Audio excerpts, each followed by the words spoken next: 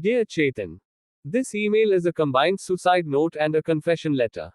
I have let people down and have no reason to live. You don't know me. I'm an ordinary boy in Ahmedabad who read your books. And somehow I felt I could write to you after that.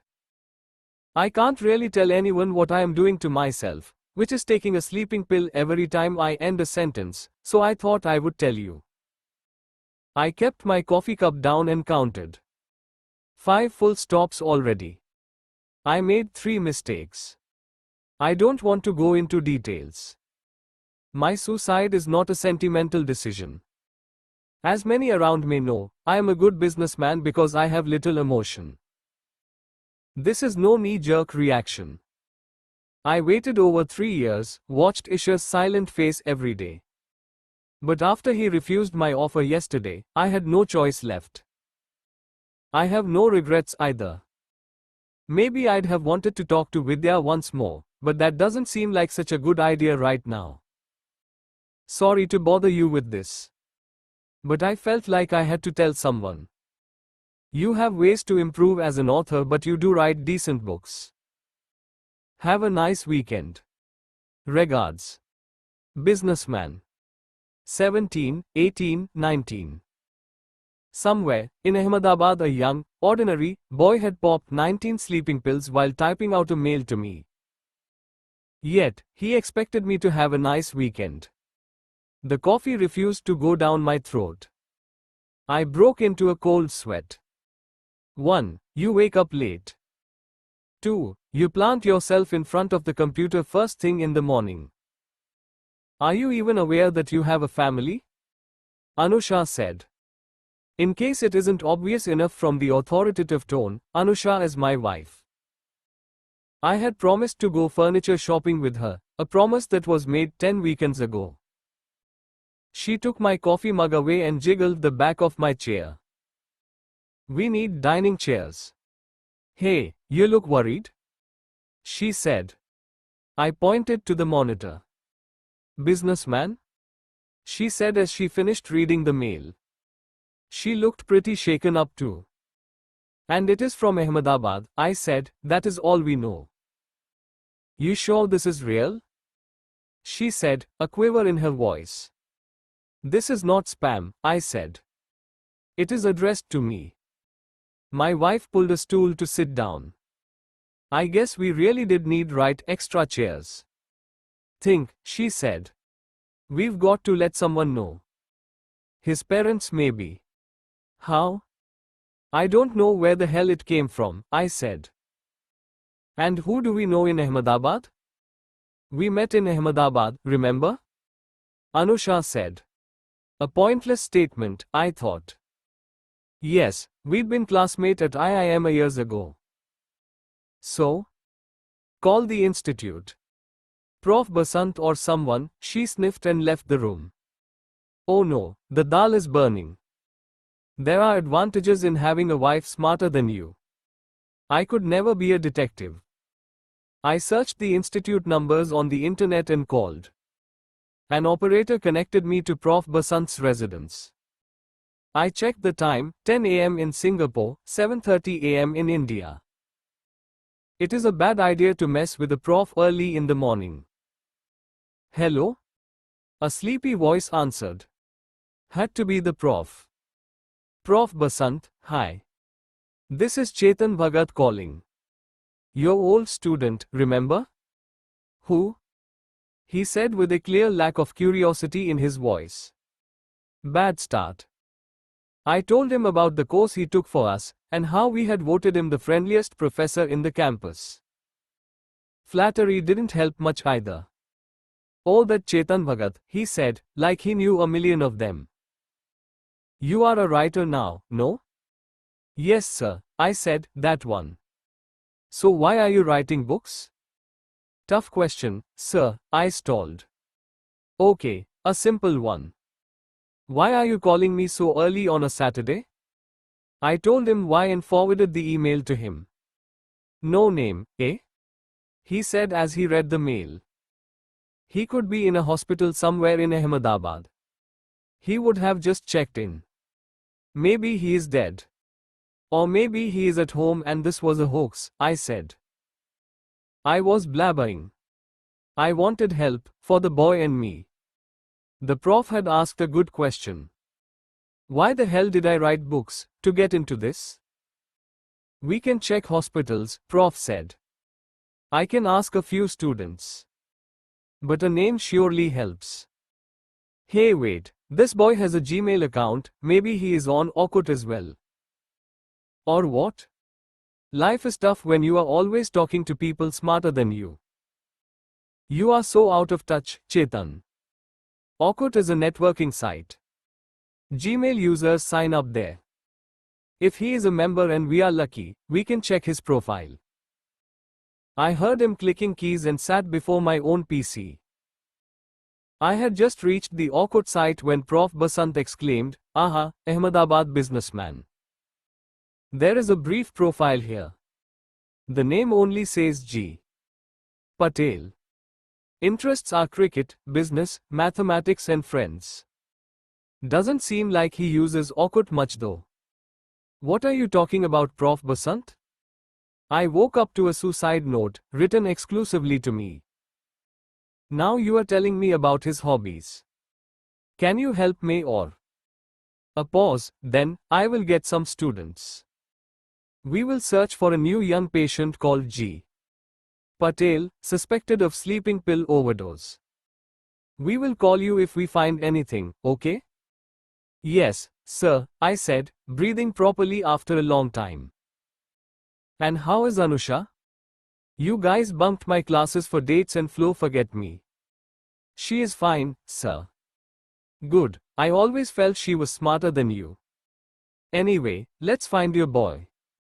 The prof said and hung up. Besides furniture shopping, I had to finish an office presentation. My boss, Michelle's boss, was due from New York. Hoping to impress him, Michelle asked me to make a presentation of the group, with 50 charts. For 3 consecutive nights last week I had worked until 1 a.m., but had gotten only halfway. This is a suggestion. Don't take it the wrong way. But do consider taking a bath, my wife said. I looked at her. Just an option, she said. I think she is overcautious sometimes. I don't bite back. Yes, yes. I will, I said and stared at the computer again. Thoughts darted through my head. Should I call some hospitals myself? What if Prof. Basant dozed off again? What if he could not collect the students? What if G. Patel was dead? And why am I becoming so involved here? I took a reluctant shower. I opened the office presentation, but found myself unable to type a single word. I refused breakfast, though regretted it moments later, as hunger and anxiety did not go well together. My phone rang at 1:33 p.m. Hello, Prof. Basant's voice was unmistakable. We have a match at Civil Hospital. His name is Govind Patel, 25 years of age. A second-year student of mine found him. And he is alive. But won't talk. Even to his family. Must be in shock. What are the doctors saying? I said. Nothing. It is a government hospital. What do you expect? Anyway, they will flush his stomach and send him home. I won't worry too much now. We'll ask a student to check again in the evening. But what is his story? What happened? All that I don't know. Listen, don't get too involved. India is a big country. These things happen all the time. The more you probe, the more the chances of the police harassing you. Next, I called the civil hospital. However, the operator did not know about the case and there was no facility to transfer the line to the ward either. Anusha, too, was relieved that the boy was safe. She then announced the plan for the day, the dining chair hunt. It would begin at IKEA on Alexandra Road. We reached IKEA at around 3 o'clock and browsed through the space-saving dining sets. One dining table could fold 4 times over and become a coffee table, pretty neat. I want to know what happened to the 25-year-old businessman, I muttered. You will find out eventually. Let him recover. Must be one of those crazy reasons of youth, rejection in love, low marks or drugs. I stayed silent. Smon, he just emailed you. Your ID is on your book cover. You really don't need to get involved. Should we take 6 or 8? She moved towards an oak wood set. I protested that we really had so many guests at home. 6 chairs would be enough. The marginal capacity utilization of the 2 chairs would be less than 10%, I said.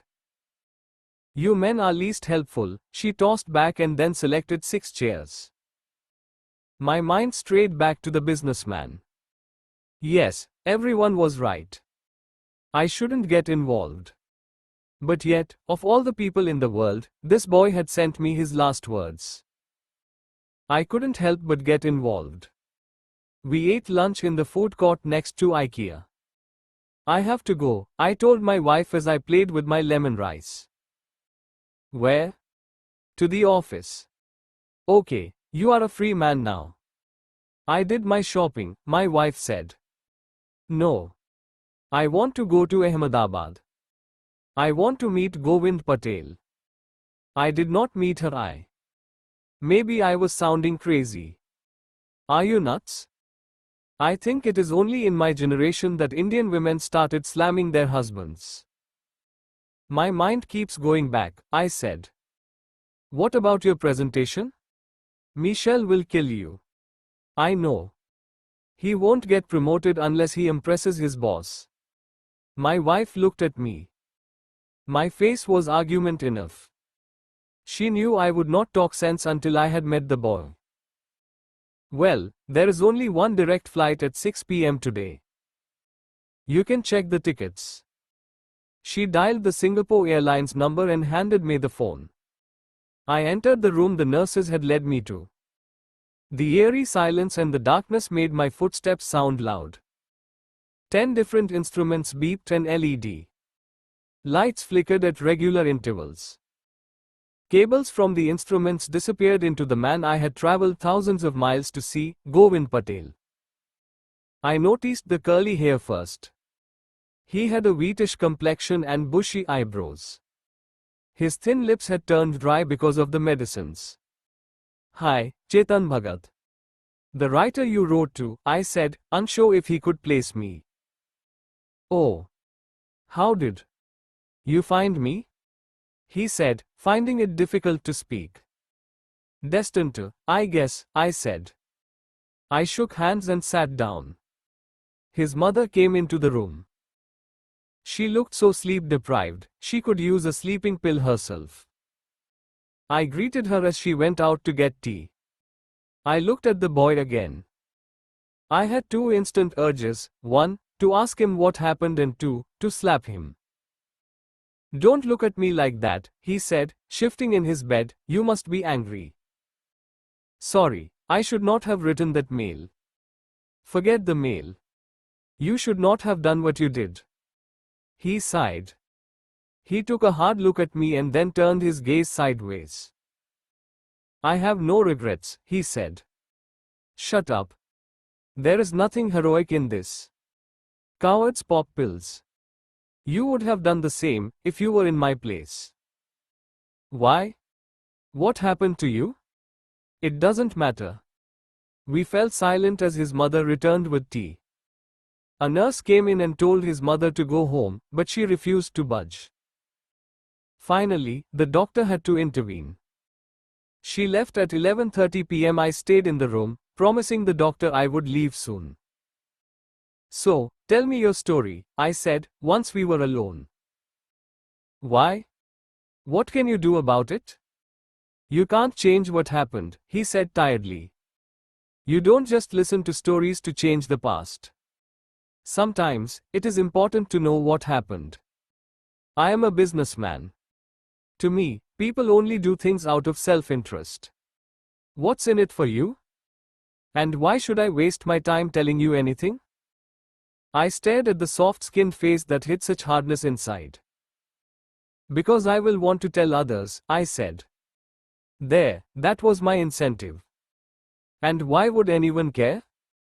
My story is not trendy or sexy like the IITs and call centers. He removed the quilt covering his chest. The heater and our conversation kept the room warm. I think they will care, I said. A young person tried to kill himself. That does not seem right. No one gives a fuck about me. I tried, but found it difficult to be patient. I considered slapping him again. Listen, I said, pitching my voice to the maximum allowed in a hospital. You chose to send your last mail to me.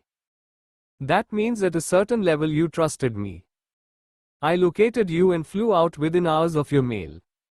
You still question if I care? And now this cocky attitude, this arrogance is part of your business? Can't you talk to me like a friend? Do you even know what a friend is? A nurse came peeking into the room on hearing my loud voice. We became quiet. The clock showed midnight. He sat there stunned. Everyone had behaved nicely with him today. I stood up and turned away from him. I know what a friend is, he said at last. I sat down next to him. I do know what a friend is. Because I had two, the best ones in the world. 1. India vs South Africa. 4th OD, Vadodara. The 17th of March 2000. Over 45. Why the fuck did you have to move? Ishan's scream drowned out the stadium din on the TV. I had shifted up to a sofa from the floor. Huh? I said. We were in Ishan's house, Ishan, Omi and I. Ishan's mom had brought in tea and khakra for us. It is more comfortable to snack on the sofa. That is why I moved. Tendulkar's gone. Fuck, now at this stage. Omi, don't you dare move now. Nobody moves for the next 5 overs. I looked at the TV. We were chasing 283 to win. India's score a ball ago was 256 to 2 after 45 overs. 27 runs in 5 overs, with 8 wickets to spare and Tendulkar on the crease. A cakewalk. The odds were still in India's favour, but Tendulkar was out. And that explained the frowns on Ishan's forehead. The khakra's crispy, Omi said. Ishan glared at Omi, chiding him for his shallow sensory pleasure in a moment of national grief. Omi and I kept our teacups aside and looked suitably mournful. The crowd clapped as Tendulkar made his exit. Jadeja came to the crease and added 6 more runs. End of 46 overs, India 262 thirds. 21 more runs to win in 4 overs, with 7 wickets in hand. Over 46. He made 122. The guy did his job. Just a few final closing shots left. Why are you getting so worked up? I asked during a commercial break. I reached for my teacup, but Ishan signaled me to leave it alone. We were not going to indulge until the fate of the match was decided. Ishan was pissed with us anyway. The match was in Vadodara, just 2 hours away from Ahmedabad. But we could not go, 1, because we didn't have money, and 2, because I had my correspondence exams in 2 days. Of course, I had wasted the whole day watching the match on TV instead, so reason number 2 did not really hold much weight. It is 5.25 runs required per over, I said, not able to resist doing a mathematical calculation. That is one reason I like cricket, there is so much maths in it. You don't know this team. Tendulkar goes, they panic. It isn't about the average. It is like the queen bee is dead, and the hive loses order, Ishan said. Omi nodded, as he normally does to whatever Ishan has to say about cricket.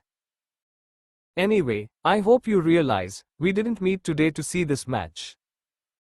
We have to decide what Mr. Ishan is doing about his future, right? I said. Ishan had always avoided this topic ever since he ran away from NDA a year ago.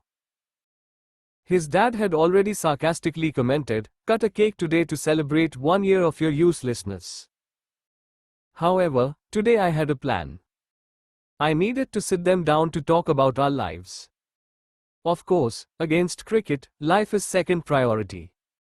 Later, Ishan said, staring avidly at a pimple cream commercial. Later when Ishan? I have an idea that works for all of us. We don't have a lot of choice, do we? All of us? Me, too? Omi quizzed, already excited. Idiots like him love to be part of something, anything. However, this time we needed Omi. Yes, you play a critical role, Omi. But later when Ish? When? Oh, stop it. Look, the match is starting. Okay, over dinner. Let's go to Gopi, Ish said. Gopi? Who's paying? I was interrupted as the match began. Beep, beep, beep. The horn of a car broke our conversation. A car zoomed outside the pole. What the hell? I am going to teach this bastard a lesson, Ish said, looking out the window. What's up? Bloody son of a rich dad. Comes and circles around our house every day. Why? I said. For Vidya. He used to be in coaching classes with her. She complained about him there too, Ish said. Beep, beep, beep, the car came near the house again. Damn, I don't want to miss this match, Ish said as he saw India hit a 4. Ish picked up his bat. We ran out the house.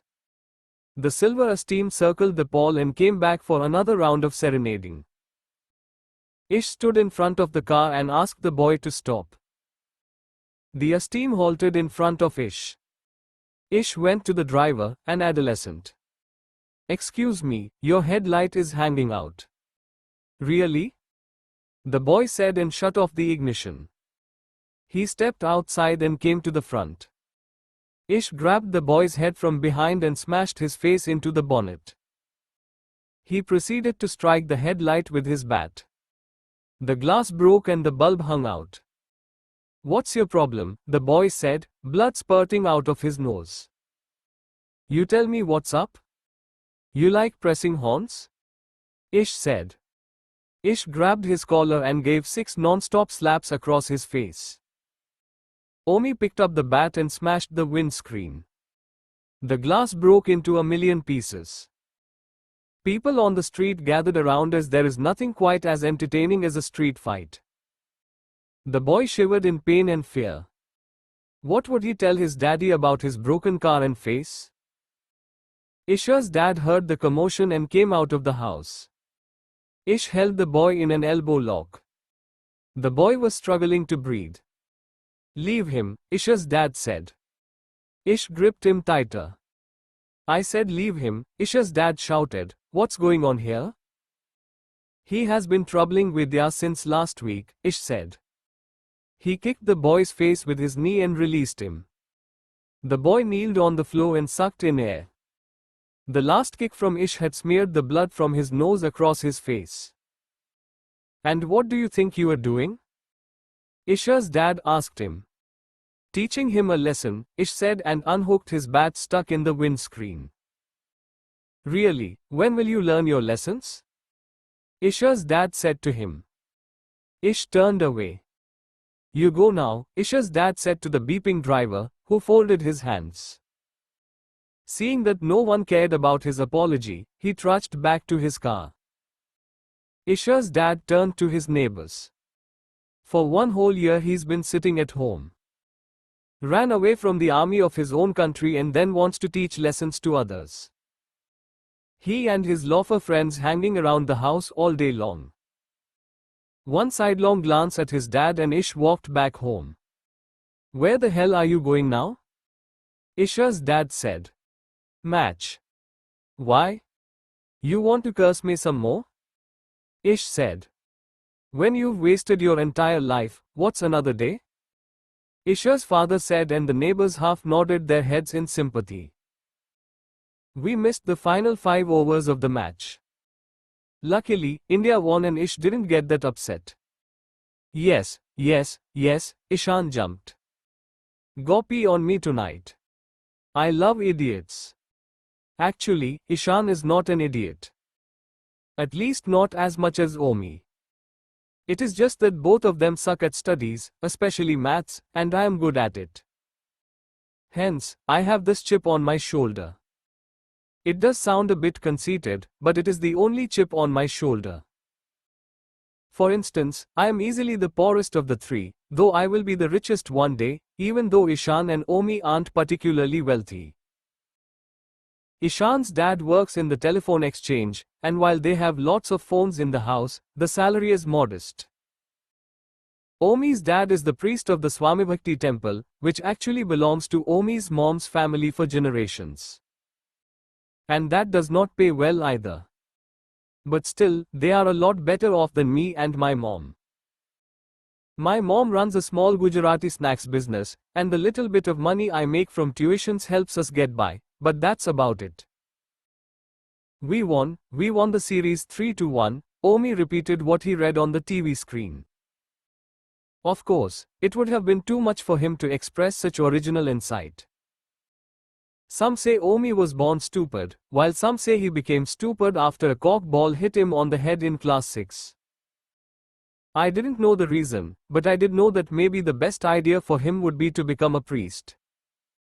He wouldn't have much of a career otherwise, given that he barely scraped through class 12, after repeating the maths compartment exam twice. But he didn't want to be a priest, so my plan was the best one. I ate the khakra. My mother made it better than Ishan's mom. We were professionals after all. I'll go home to change and then we will go to Gopi, okay? I said as Ishan and Omi were still dancing. Dancing after an Indian victory was a ritual we had started when we were 11, one that should have stopped by 13. However, here we were at 21, jigging like juveniles. Okay, so we won, someone had to. In mathematical terms, there was a pretty good probability. Did it really need jumping around? I walked back home. The narrow lanes of the old city were bustling with the evening crowd.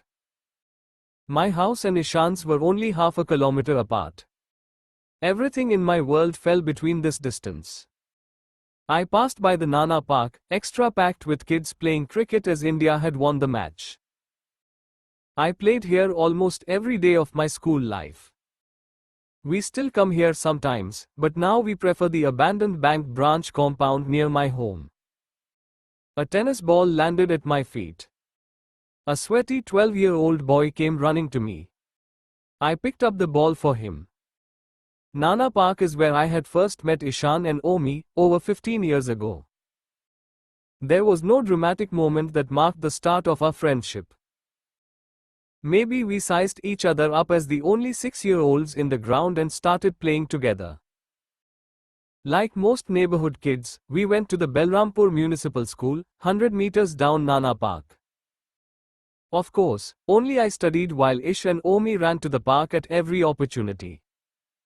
3 bicycles tried to overtake each other in the narrow by lane. I had to step inside Kazi restaurant to let them pass. A scent of fried coriander and garlic filled the narrow room. The cook prepared dinner, a bigger feast than usual as India had won the match. Ishan and I came here sometimes, without telling Omi, of course, for the cheap food and extraordinary mutton. The owner assured us, small mutton, implying goat and not beef. I believed him, as he would not have survived in the neighborhood if he served beef. I wanted to eat here instead of Gopi. But we had promised Gopi to Omi, and the food was fantastic there as well. Food is a passion here, especially as Gujarat is a dry state. People here get drunk on food. Yes, Ahmedabad is my city. It is strange, but if you have had happy times in a city for a long time, you consider it the best city in the world. I feel the same about Ahmedabad. I know it is not one of those hip cities like Delhi, Bombay or Bangalore. I know people in these cities think of Ahmedabad as a small town, though that is not really the case. Ahmedabad is the sixth largest city in India, with a population of over 5 million. But I guess if you have to emphasize the importance of something, then it probably isn't as important in the first place. I could tell you that Ahmedabad has better multiplexes than Delhi or nicer roads than Bombay or better restaurants than Bangalore, but you will not believe me. Or even if you do, you won't give a damn. I know Balrampur is not Bandra, but why should I defend being called a small town person as if it is a bad thing? A funny thing about small towns is that people say it is the real India. I guess they do acknowledge that at one level the India of the big cities is fake. Yes, I am from the old city of Ahmedabad and proud of it.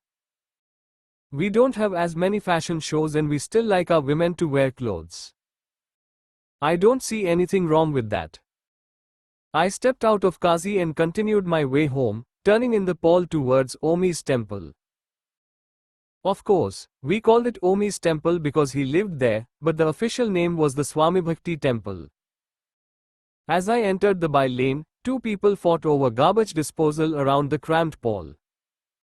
There are things about my small town neighborhood that I want to change.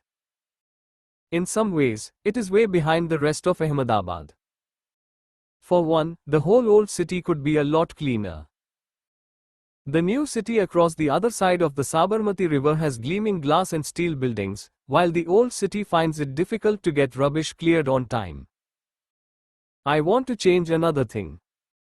I want to stop the gossip theories people come up with about other people. Like the theory about Omi becoming stupid because a cricket ball hit him. There is no basis for it, but every Paul in Balrampur talks about it. Or the theory that Ish was thrown out of NDA and did not run away. I know for a fact that it is not true. Ish cannot handle unquestioned authority, and even though he was really excited about the army, which was his only option, he could not stand some major ordering him around for the next 2 decades of his life. So he paid the penalty, cited personal reasons like ailing parents or something and ran right back to Balrampur. And of course, what I want to stop the most, the weirdest theory that I became emotionless the day Dad left us. Dad left Mom and me over 10 years ago, for we found out he had a second wife across town. As far as I can remember, I was never good with emotional stuff. I love maths, I love logic, and those subjects have no place for emotion. I think human beings waste too much time on emotions. The prime example is my mother. Dad's departure was followed by months of crying with every lady in every Paul coming down to sympathize with her. She spent another year consulting astrologers as to which planet caused Dad to move out, and when would that position change. Thereafter, a string of grandaunts came to live with her as she could not bring herself to stay alone. It wasn't until I turned 15 and understood how the world worked that I could coax her into opening the snacks business. Of course, my coaxing was part of it, the rest of it was that all her jewelry was officially sold by then. Her snacks were great, but she was no businessman. Emotional people make terrible businessmen. She would sell on credit and buy on cash, the first mistake a small business can make. Next, she would keep no accounts. The home spending money was often mixed with the business money, and we frequently had months where the choice was to buy either rice for our consumption or black pepper for the PA pads. Meanwhile, I studied as much as I could. Our school was not Oxford, and emphasis on studies was low with more teachers bunking classes than students. Still, I topped maths every single year. People thought I was gifted when I hit 100 in maths in class 10. For me, it was no big deal. For once, the gossip wine helped. The news of my score spread across Pauls, and we had a new source of income, tuitions. I was the only maths tutor in Balrampur, and bad maths scores had reached epidemic proportions. Along with Khaman and Khakra, trigonometry and algebra became sources of income in the Patel household. Of course, it was a poor neighborhood, so people could not pay much. Still, another $1,000 a month was a lifestyle-changing event for us. From fan, we graduated to cooler. From chairs, we went to a second-hand sofa. Life became good. I reached Omi's temple. The loud rhythmic chime of the bell interrupted my thoughts. I checked my watch, it was 6 p.m., the daily aarti time. I saw Omi's dad from a distance, his eyes closed as he chanted the mantras. Even though I was an agnostic, there was something amazing about his face, it had genuine feeling for the God he prayed to. No wonder he was among the most liked people in the community. Omi's mother was beside him, her maroon sari draped along her head and hands folded. Next to her was Bittu Mama, Omi's maternal uncle. He was dressed in a white dhoti and saffron scarf. His huge biceps seemed even larger with his folded hands. His eyes, too, were transfixed in genuine admiration for the idols of Krishna and Radha. Omi would get into trouble for reaching the aarti late. It would not be the first time though, as matches in Nana Park were at a crucial stage around 6 p.m. How was the match? Mom said as I reached home. She stood outside the house. She had just finished loading a hired auto with fresh dhokla for a marriage party. Finally, my mother could delegate routine tasks like delivery and focus on her core competence, cooking. She took out a dhokla piece from the auto for me. Bad business, snucking out something from a customer order. Great match. Nail-biting finish, we won, I said, walking in. I switched on the tube light inside. The homes in our Paul required light even during daytime. If I have a good Diwali season, I will get you a color TV, Mom vowed. No need, I said. I removed my shoes to get ready for a shower. You need a bigger grinder urgently, the small one is all wobbly. I will buy the TV if only the business makes extra money, she said. No. If you make extra money, put it back in the business. Don't buy useless things. I can always see the match in color in Ishan's house. She left the room. My mother knew it was futile arguing with me. Without Dad around, it was amazing how much say I had in the house. And I only hoped Ish and Omi would listen to my proposition as well. My love for business began when I first started tuitions. It was amazing to see money build up. With money came not only things like coolers and sofas but also the most important stuff, respect. Shopkeepers no longer avoided us, relatives re-invited us to weddings and our landlord's visit did not throw us into turmoil. And then there was the thrill, I was making money, not earning it under some boss or getting a handout. I could decide my fate, how many students to teach, how many hours per class, it was my decision. There is something about Gujaratis, we love business. And Ahmedabadis love it more than anything else. Gujarat is the only state in India where people tend to respect you more if you have a business than if you are in service. The rest of the country dreams about a cushy job that gives a steady salary and provides stability. In Ahmedabad, service is for the weak. That was why I dreamt my biggest dream, to be a big businessman one day. The only hitch was my lack of capital. But I would build it slowly and make my dream come true. Sure, Ish could not make his dream of being in the Indian cricket team real, but that was a stupid dream to begin with. To be in the top 11 of a country of 1 billion people was in many ways an impossible dream, and even though Ish was top class in Balrampur, he was no Tendulkar. My dream was more realistic, I would start slow and then grow my business. From a turnover of thousands, to lakhs, to crores and then to hundreds of crores. I came out of the shower and dressed again. Want to eat anything? My mother voiced her most quoted line from the kitchen. No, I am going out with Ish and Omi to Gopi. Gopi? Why? I make the same things. What do you get at Gopi that I can't give you at home? Peace and quiet, I wanted to say. It's Isha's treat. And I want to talk to them about my new business. So you are not repeating the engineering entrance, my mother came out of the kitchen. She raised dough-covered hands, you can take a year to prepare. Stop taking tuitions for a while, we have money now. My mother felt guilty about a million things. One of them was me not making it to a good engineering college. Tuitions and supporting my mom's business meant I could study less for the entrance exams. I didn't make it to IIT or any of the top institutes. I did make it to a far-flung college in Kutch, but it wasn't worth it to leave my tuition income, friends, cricket at Nana Park and mom for that. Not that I felt any emotion, it just did not seem like the right trade. I could do maths honors right here in Ahmedabad University, continue tuitions and think about business. The Kutch college did not even guarantee a job. I don't want to be an engineer, mom. My heart is in business. Plus, I have already done 2 years of college. One more and I will be a graduate. Yes, but who gives a job to a maths graduate? It was true. Maths honors was a stupid course to take from an economic point of view. It is okay.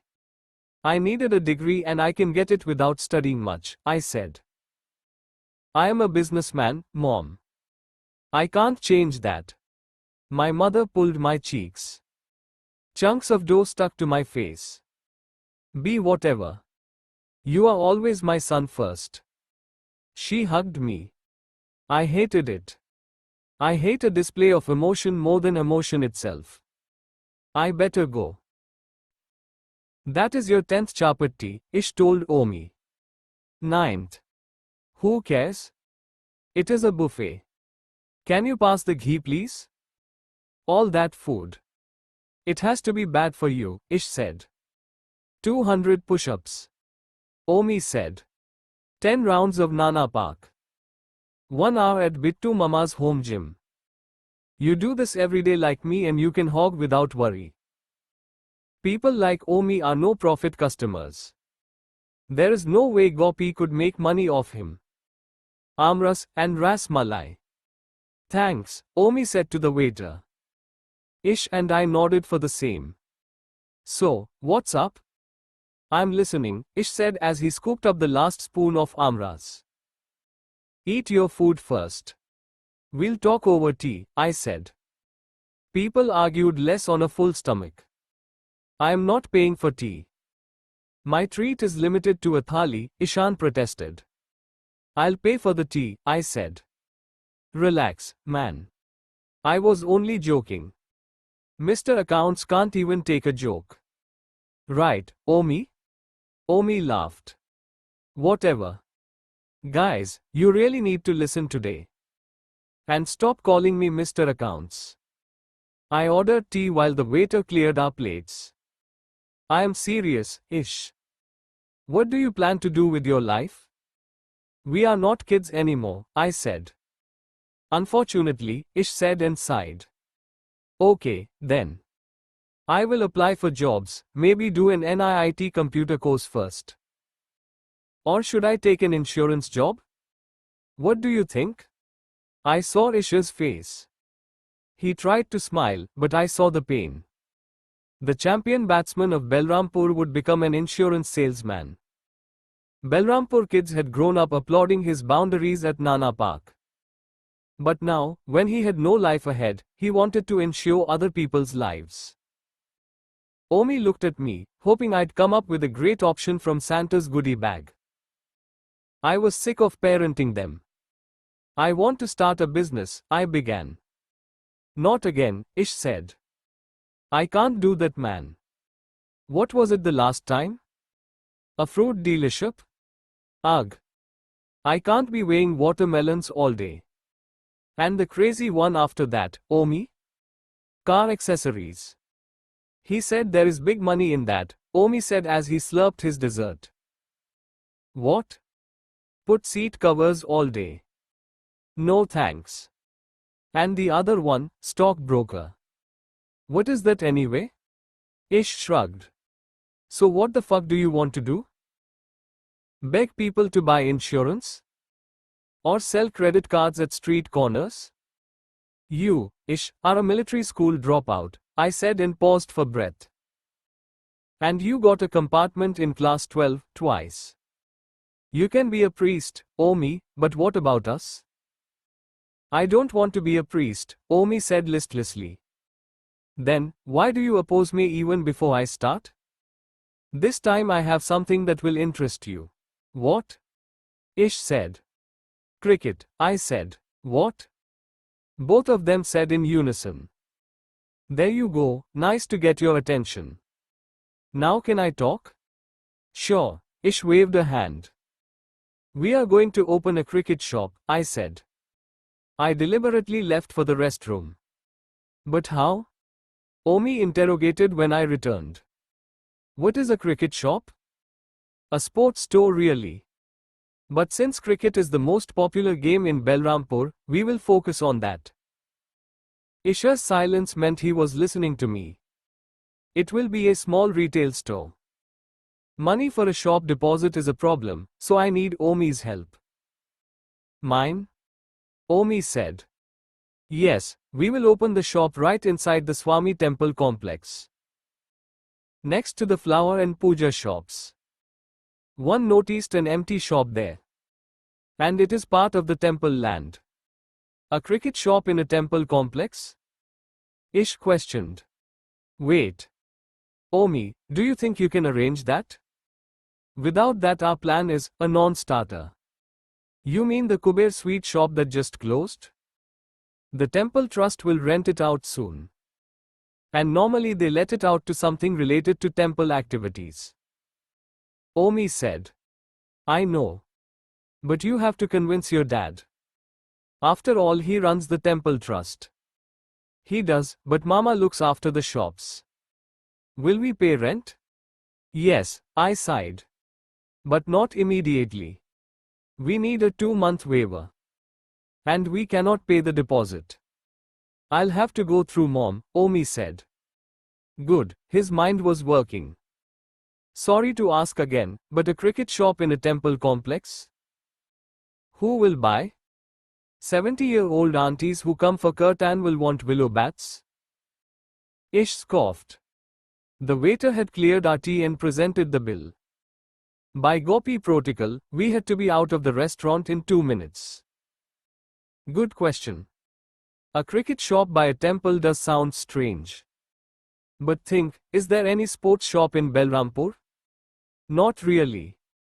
You don't even get leather balls. Ellis Bridge is the nearest, Ish said. See, that's number 1. Number 2, the temple is a family place. Kids are among the most bored people in temples. Where are they going to hang out? It is true, Omi said. That is why so many balloon wallers hover outside. And that is where Ish comes in. People know you were a good player. And you can give playing tips to every kid who comes to buy from us. Slowly, our reputation will build. But what about Christian or Muslim kids? They won't come, right? Ish said.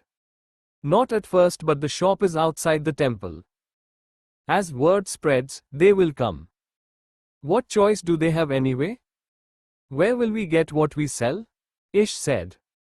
There's a sports equipment supplier in Vastrapur who will give us a month's credit. If we have the space, we are good to go without cash. But what if it doesn't run? Ish asked with skepticism. Worst case, we sell the stock at a loss and I'll cover the rest through my tuition savings. But it will work, man. If you put your heart into it, it will. Both of them remained silent. Guys, please. I need you for this. I really want to run a business. I can't do it without partners. It's cricket, I appealed to Ish. I'm in, Omi smiled.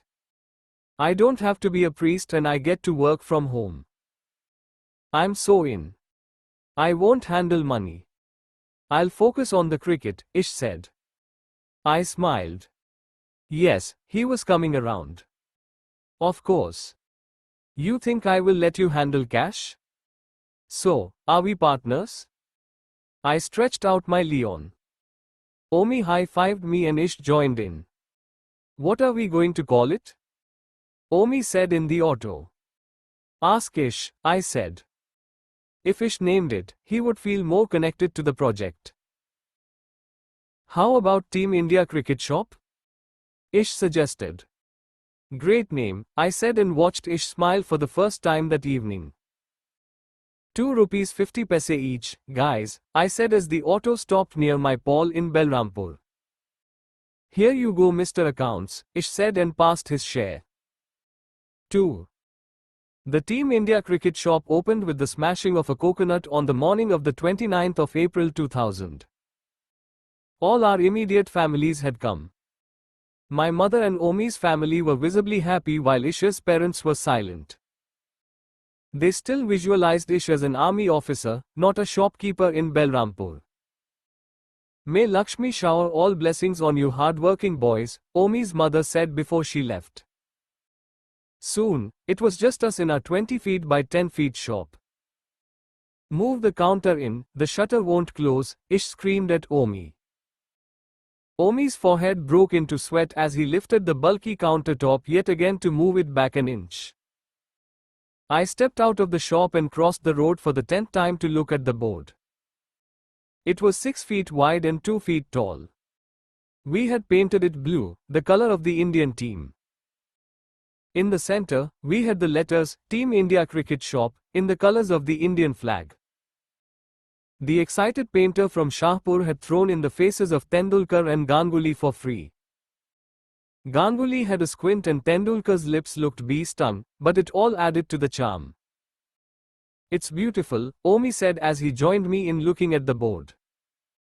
Our first customer came at 12 noon. An under 10 boy strolled to the front of our store as his mother bought puja flowers. The three of us sprung into action. Should I ask him what he wants? Omi whispered to me. I shook my head. Pushy meant desperate. The boy looked at tennis balls and bounced a few of them. While no one played tennis in Belrampur, kids played cricket with them. How much for the balls? The boy moved to local balls. Clearly this was a price-sensitive customer. He bounced 5 different ones on the ground. $8. You want one? I said. He nodded. You have money? Mummy has, he said. Where is Mummy? There, he pointed in the general direction of the other temple shops. I picked up the balls he had bounced and placed them in the basket. His mother came running into our shop. There you are, Sonu, stupid boy, she pulled his elbow and took him out. Mummy, ball, was all he could say about his potential purchase. Don't worry, we will sell, I told my business partners. We made our first sale soon after. 2 young brothers wearing branded clothes came to the shop. How much for tennis balls? One boy said. $8 for arrow, $6 for the local basket there, Ish said. The boys moved to the local basket. They started the ball bouncing routine again as my heart wept. So where do you play cricket? Ish asked them. Satellite, the elder boy said. Satellite was an upmarket neighborhood on the other side of the Sabarmati river. What are you doing in the old city? Ish said. We came to the temple. It is Harsh Bhai's birthday, the younger boy said. I realized we had struck real estate gold. The temple was ancient and drew in people from the new city, too. And it was a birthday, every chance of pockets being loaded. You want to see bats? I asked from the cash counter. The boys shook their heads. Ish turned to me and signaled silence. Happy birthday, Harsh. You bowler or batsman? Ish said. Harsh looked up at Ishan. A grown-up man asking an 11-year-old if he was a bowler or batsman was a huge honor. It meant he was now old enough to be specialized, even though he may not have thought about it. I am more of a batsman, Harsh said. Defensive or attack? Ish asked as if he was interviewing Tendulkar on ESPN. Huh? Harsh said. You like shorts? Ish asked. Which kid didn't? Harsh nodded. Show me your stance, Ish said. He turned to me and asked for a bat. I went to the stack of willow bats. I had bought them directly from a Kashmiri supplier in Law Garden. I picked the right size for the boy. Size 6 and $200. Not top of the line, of course, but the best we could hope to sell here. Harsh took a stance on the empty space in front of the shop. Like every kid, he leaned his entire weight on the bat while standing. Ish moved over and gently straightened Harsh's back. He moved his wrist upwards and told him to balance the weight evenly on the legs. And now, whenever you attack, use the front leg to move forward, but do not forget the back leg. That is your support, your anchor. Notice Tendulkar, he keeps one leg fixed. An awestruck Harsh air struck a few strokes. Give me some tips, too, the younger one whined. First me, Chino, Harsh said. Ish turned to Chino. What are you, Chino? All-rounder, Chino said promptly. Great. Show me your bowling grip. Their parents finally found our shop. It was time to go to the temple. Mummy, I want the ball, Chino said. How much? His mother said. 6 rupees, Ish said. She took out a 20-rupee note and asked me to give 2. I want the bat, Mummy, Harsh said. You already have a bat. This one is better for my stance, Mummy. Please.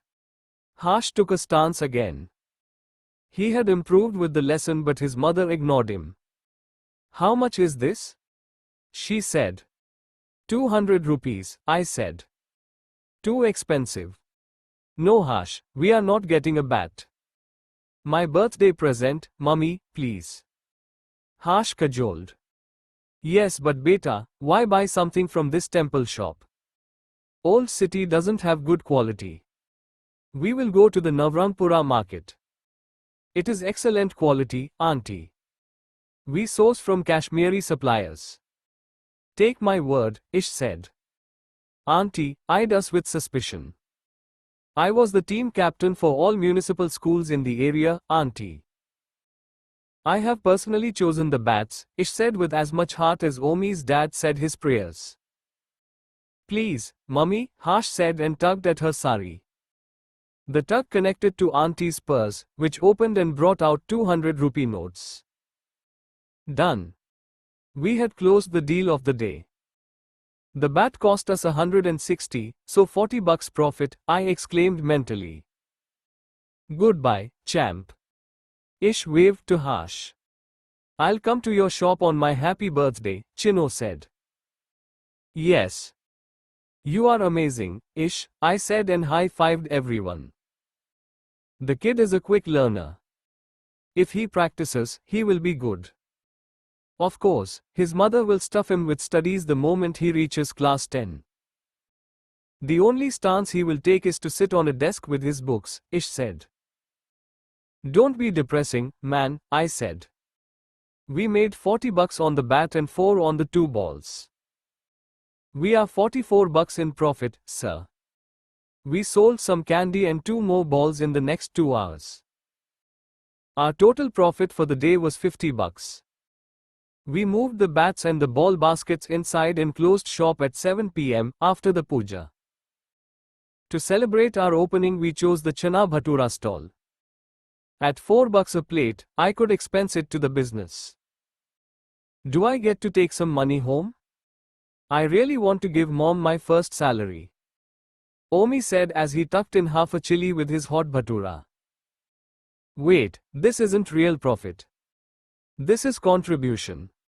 We earn less than rent first and then we will see. I placed my empty plate back at the stall. Congrats guys, we are in business.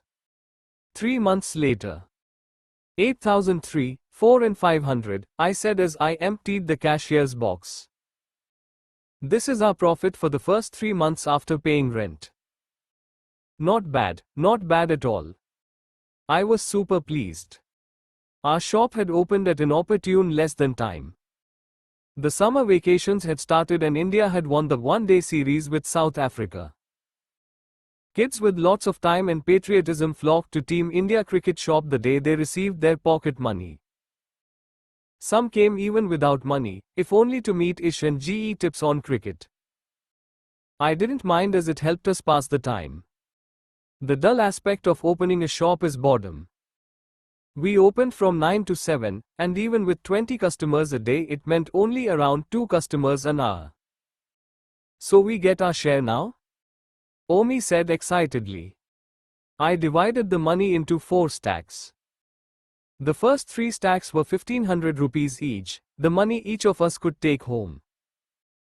The remaining 4000 was to be retained in the business. What do you mean retained? What do we need to retain it for? Ish questioned even as Omi happily counted his notes. Ish, we need to keep a war chest in case we want to renovate the store. Don't you want a better glass countertop? Or nice lighting? Ish shook his head. Sure we do. And I have expansion plans, I said. What? There is a new shopping mall under construction at Navrangpura Char Rasta. If you book early, you can get a discount on renting a shop. Renting? But we already have a shop, Ish said, puzzled and irritated at the same time. I knew why Ish grumbled.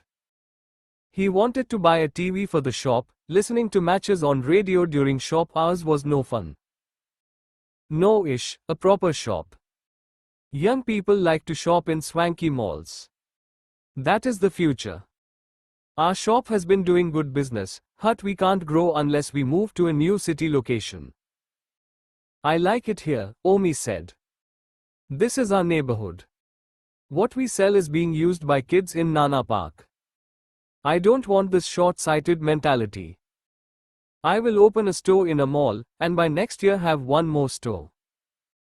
If you don't grow in business, you stagnate. Another shop? What? We will not be working together? Omi said. It is Govind's bullshit. We have only started and he already aspires to be Ambani. Can't we just buy a TV? Ish said, Shah Electronics will give us on installment if we pay a down payment of 4000. No way. We keep the 4000 for business. Well, the TV belongs to the business, no? Ish said. Yes, but it is a dead asset. It doesn't earn.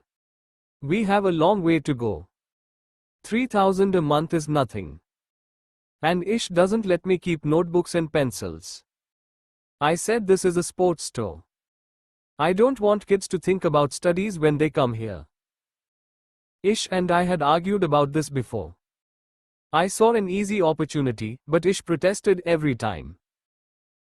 Okay. Here is a deal, Ish said. I agree to the notebooks, not textbooks mind you, only notebooks. But we buy a TV. I have to watch matches. I don't care, here take my 1500.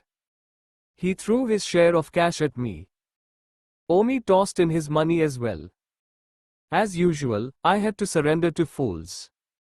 Okay, but we need to increase the revenue. Target for next quarter is 20,000 bucks. They ignored me as they discussed TV brands. I shook my head and outlined my strategy for increasing revenues. Will you do coaching classes? I asked Ish. What?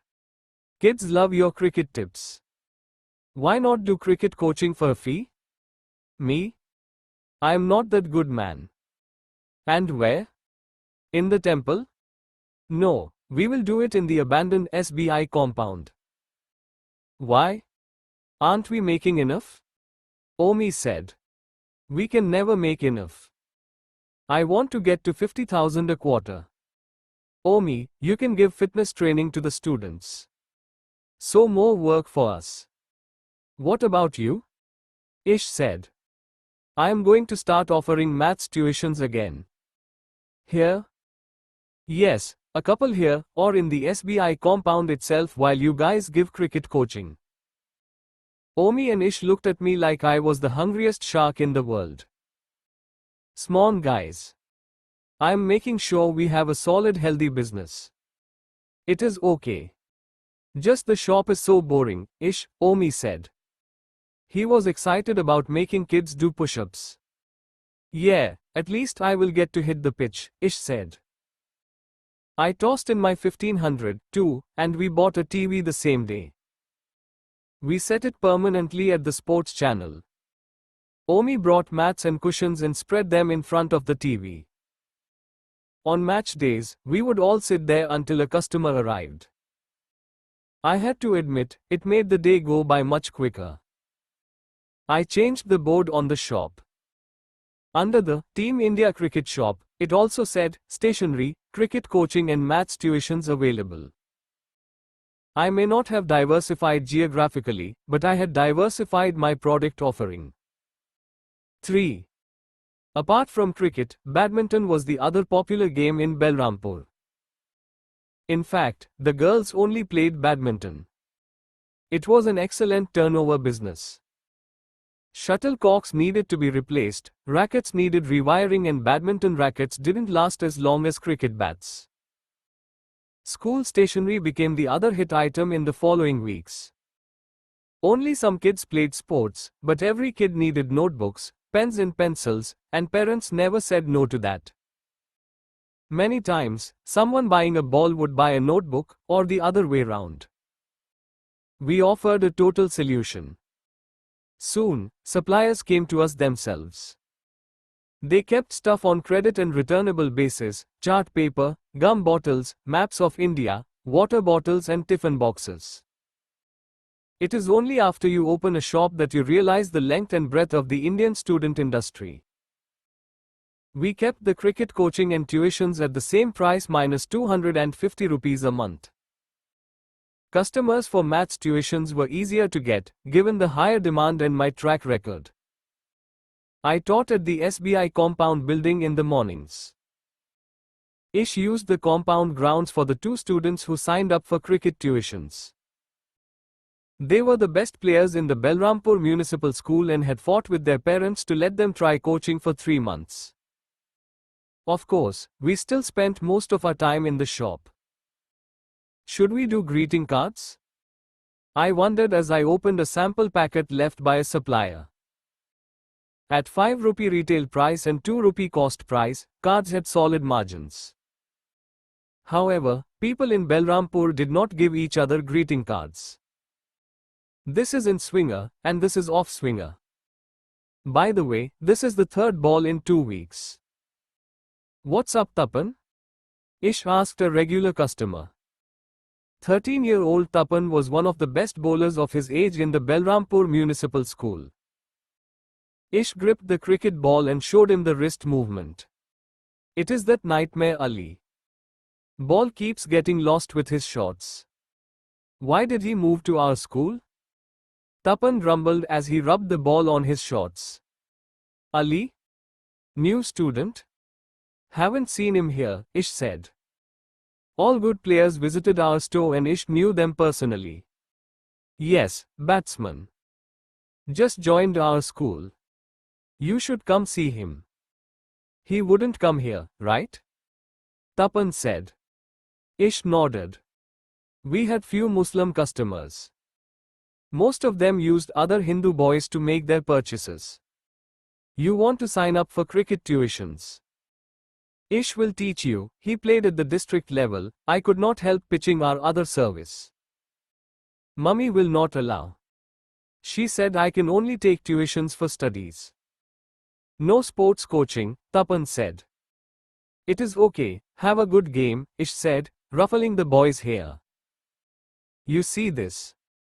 That is why India doesn't win every match, Ish said after Tapan left.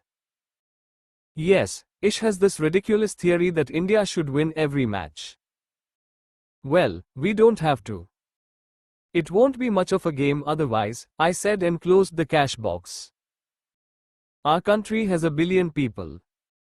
We should always win, Ish insisted. Statistically impossible. Why? Australia has 20 million people. Yet they win almost every match. We have 50 times the people, so 50 times the talent. Plus, cricket is India's only game while Australia has rugby and football and whatever. So there is no way we should be defeated by them. Statistically, my friend, Australia should be a rounding error. Then why? I said. Well, you saw that kid. Parents will spend thousands teaching kids useless trigonometry and calculus they will never use in real life. But if it is sports coaching, it is considered a waste of money. Don't worry, we have them covered. Our shop now offers both. It is not about the business, Govind.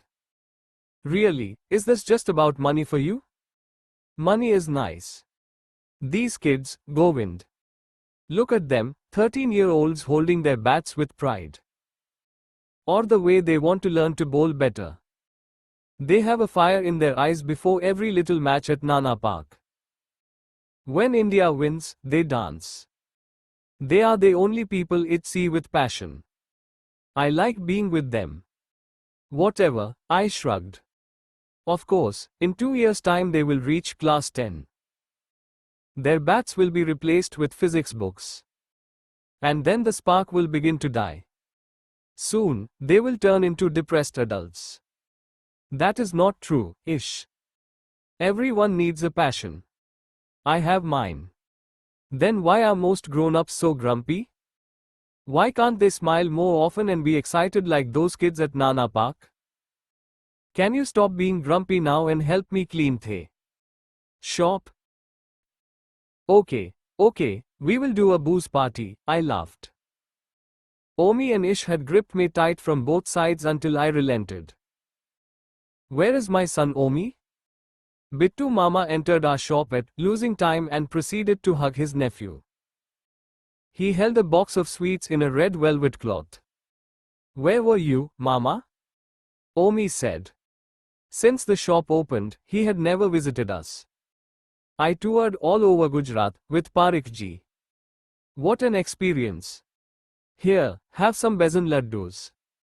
Fresh from Baroda, Bittu Mama said. I ordered a fruity. Ish pulled out stools and we sat outside. I picked a laddu. What is this, Omi? Wearing shoes? Bittu Mama's eyes were lined with coal. He had a red tikka in the middle of his forehead. Mama? Omi squeaked. I looked at my feet. I wore fake Reebok slippers. Ish wore his old sneakers. Your shop is in a temple, and you are wearing shoes? A Brahmin priest's boy? Mama, Smawn, this is outside the temple. None of the other shopkeepers wear. Other shopkeepers are useless baniyas, so you will also become like them? Do you do puja every morning before you open? Yes, Mama, Omi lied point blank.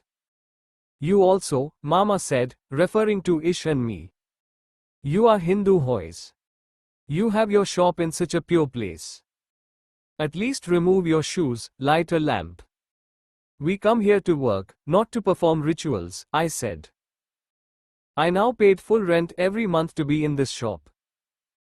Nobody told me how to run my business. Mama looked surprised. What is your name? Govind. Govind what? Govind Patel. Hindu, no? 1 a.m. agnostic, I said, irritated as I wanted to shut the shop and go home. And yo. He is not sure if there is God or not, Ish explained. Doesn't believe in God? What kind of friends do you have, Omi? Mama was aghast. No, that is an atheist, I clarified.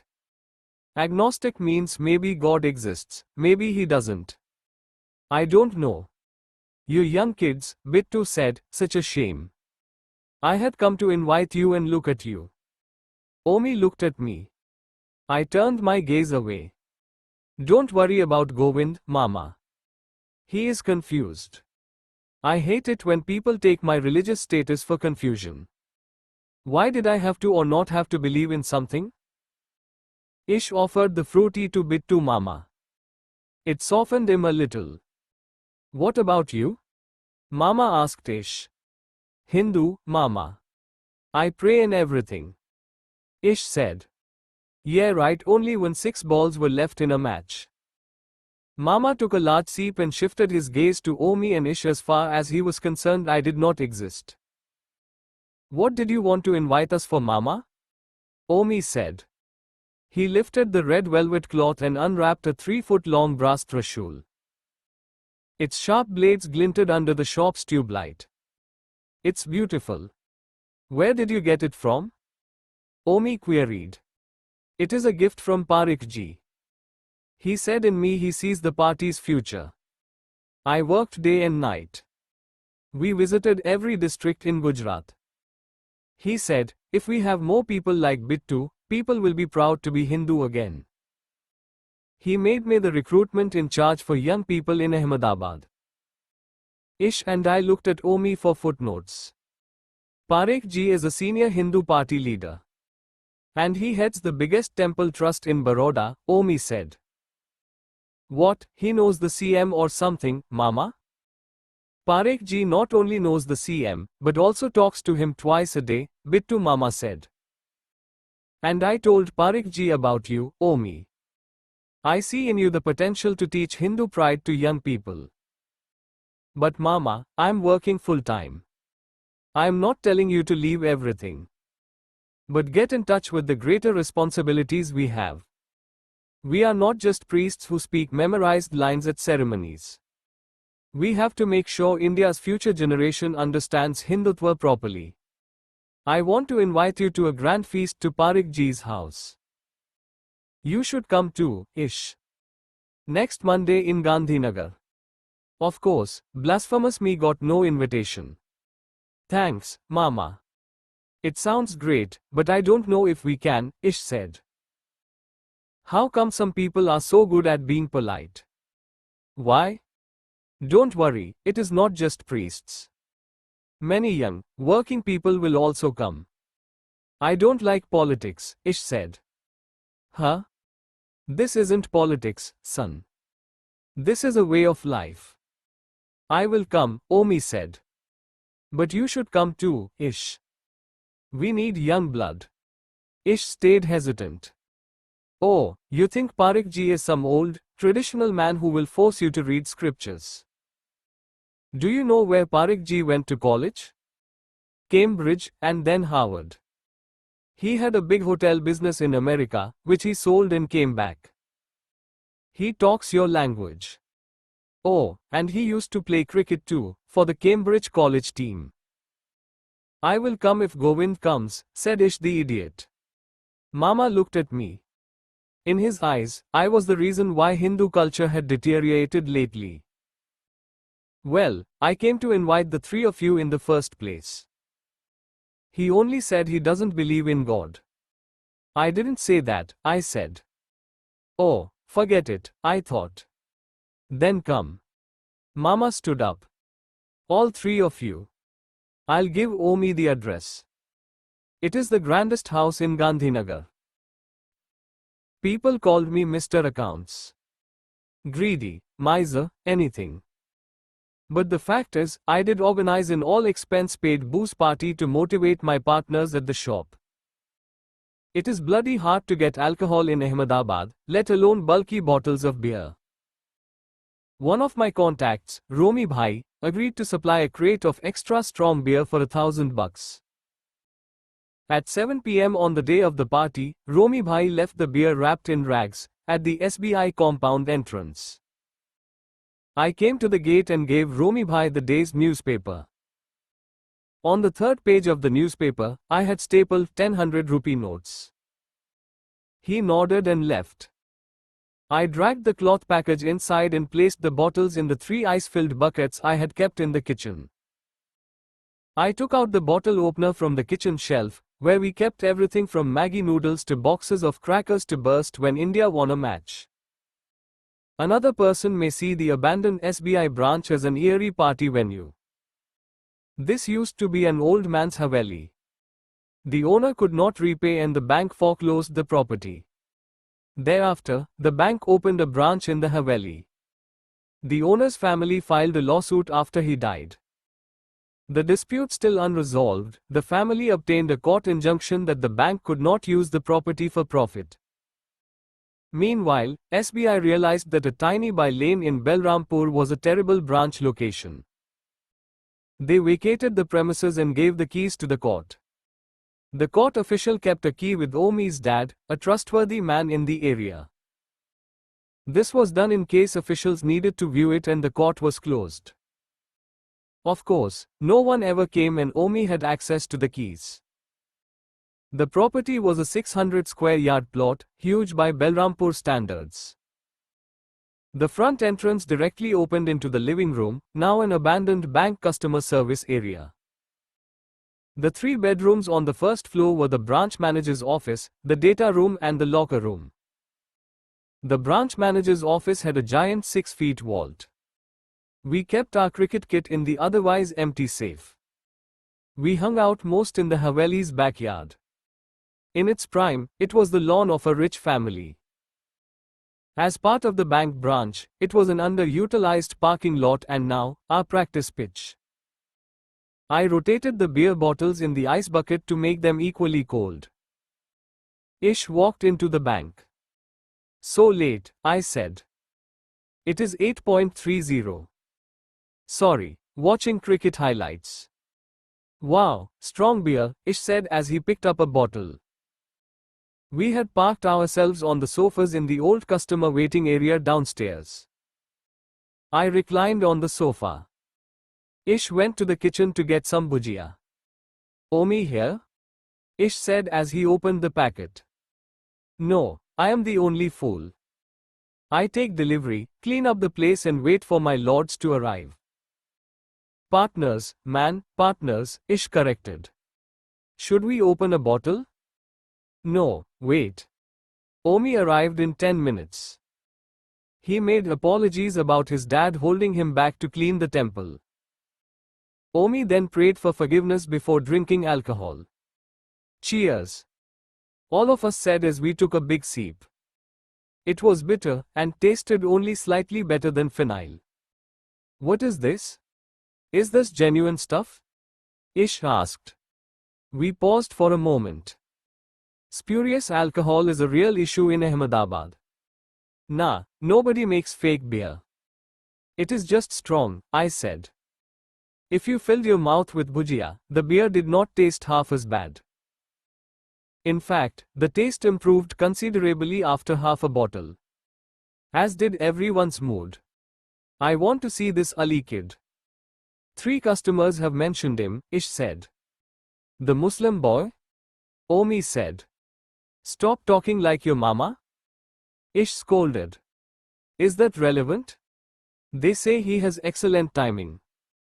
Where does he play? I inquired through a mouthful of bhujia. In our school. Kids say his most common shot is a 6. Let's go check him out. Looks like the school has your worthy successor, one said. Ish turned silent. It was a sensitive topic and if it was not for the beer, I would not have said it. Succeeding Ish is hard, Omi said. Remember the 100 against Mahip Municipal School, in 63 balls? No one forgets that innings. Omi stood up and patted Ish's back again, as if the 10-year-old match had ended minutes ago.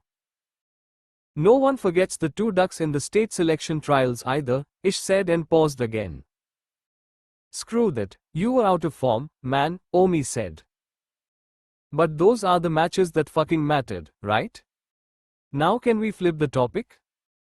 Omi backed off and I gladly changed the subject. I think we should thank our sponsors for tonight, the Team India Cricket Shop. In 7 months of operation, our profit is 42,600 rupees. of which we have distributed 18,000 to the partners and 22,000 is for the Navrangpura shop deposit. And the remaining 2,600 is for entertainment like tonight. So, thank you, dear shareholders and partners, and let's say cheers to the second bottle. I took out the second bottle for each of us from the ice bucket. Stud boy, Ish slurred, standing up, this business and its profit is all owed to stud boy, Mr. Govind Patel. Thank you, buddy. Because of you this dropout military cadet has a future. And so does this fool who'd be otherwise jingling bells in the temple all his life. Give me a hug, stud boy. He came forward to give me a hug. It was drunk affection, but genuine enough. Will you do me one more favor, buddy? Ish said. What? There is someone who wants maths tuitions, Ish said. No, I am full, Ish. 7 students already. I said as Ish interrupted me. It is Vidya. Your sister? She finished class 12. She is dropping a year now to prepare for the medical entrance. You don't need maths to become a doctor. No, but the entrance exams do. And she is awful at it. You are the best man, who else can I trust? If it is your sister, then I mean. I took a breath. Wow, Vidya to join medical college? Is she that old now? Almost 18, dude. I teach younger kids though, class 5 to 8. Her course is more advanced. I am not in touch. But you got a fucking century in that subject, dude. Just try, she needs any help she can get. I said nothing for a while, trying to remember what I knew of Vidya, which was little. What are you thinking? Oh, I know, Mr. Accounts. Don't worry, we will pay you. Ish said and took a big sip. Shut up, man. It is for your sister. Okay, I'll do it. When do we start? Can you start Monday? No, Monday is Parekh Ji's feast. Damn, Omi, what the fuck are we going to do there? The things we do to keep your mama happy. I couldn't wait to move to Navrangpura. Parekh Ji is supposed to be a great man, Omi said. And I always listen to you guys. Come for me this time. Anyway, Tuesday then, I said to Ish. So is she going to come to the bank? Dad will never send her out alone. You come home. What? I said. Maybe I should have accepted a fee. Okay, I'll move some classes. Say 7 in the evening? Sure. Now can you answer one maths question, Mr. Accounts, Ish said. What? You ordered a crate with 10 bottles. We drank 3 each. Where is the 10th one? Ish stood up swaying. I stood as well. The question is not where the 10th one is, but who does it belong to? I lunged for the ice bucket. Ish dived in as well. Cold water splashed on the floor as we tugged at the bottle. After a 10-second tiff, he released it. Take it, dude. What would I do without you? 4. We reached Parekh Ji's residence at around 8 in the evening. 2 armed guards manning the front gate let us in after checking our names. The entrance of the house had an elaborate rangoli, dozens of lamps and fresh flowers. See, what a gathering, Bittu Mama met us at the door. Have dinner before the talk begins. From an arty plate, he put big red tikkas on our foreheads. He told us Parekh Ji would make a speech after dinner. We moved to the massive food counter. A Gujarati feast consisted of every vegetarian snack known to man. There was no alcohol, but there was juice of every fruit imaginable. At parties like this, you regret you have only one stomach. I took a Jan pizza and looked around the massive living room. There were 50 guests dressed in either white or saffron. Parekh Ji wore a saffron dhoti and white shirt, sort of a perfect crowd blend. Ish looked oddly out of place with his skull and crossbones, black Metallica t-shirt. Apart from us, everyone had either grey hair or no hair. It looked like a marriage party where only the priests were invited. Most of them carried some form of accessory like a trishul or a rudraksh or a holy book. Ish and one exchanged a "what are we doing here" glance. Omi went to meet a group of two bald whites, one grey saffron and one bald saffron.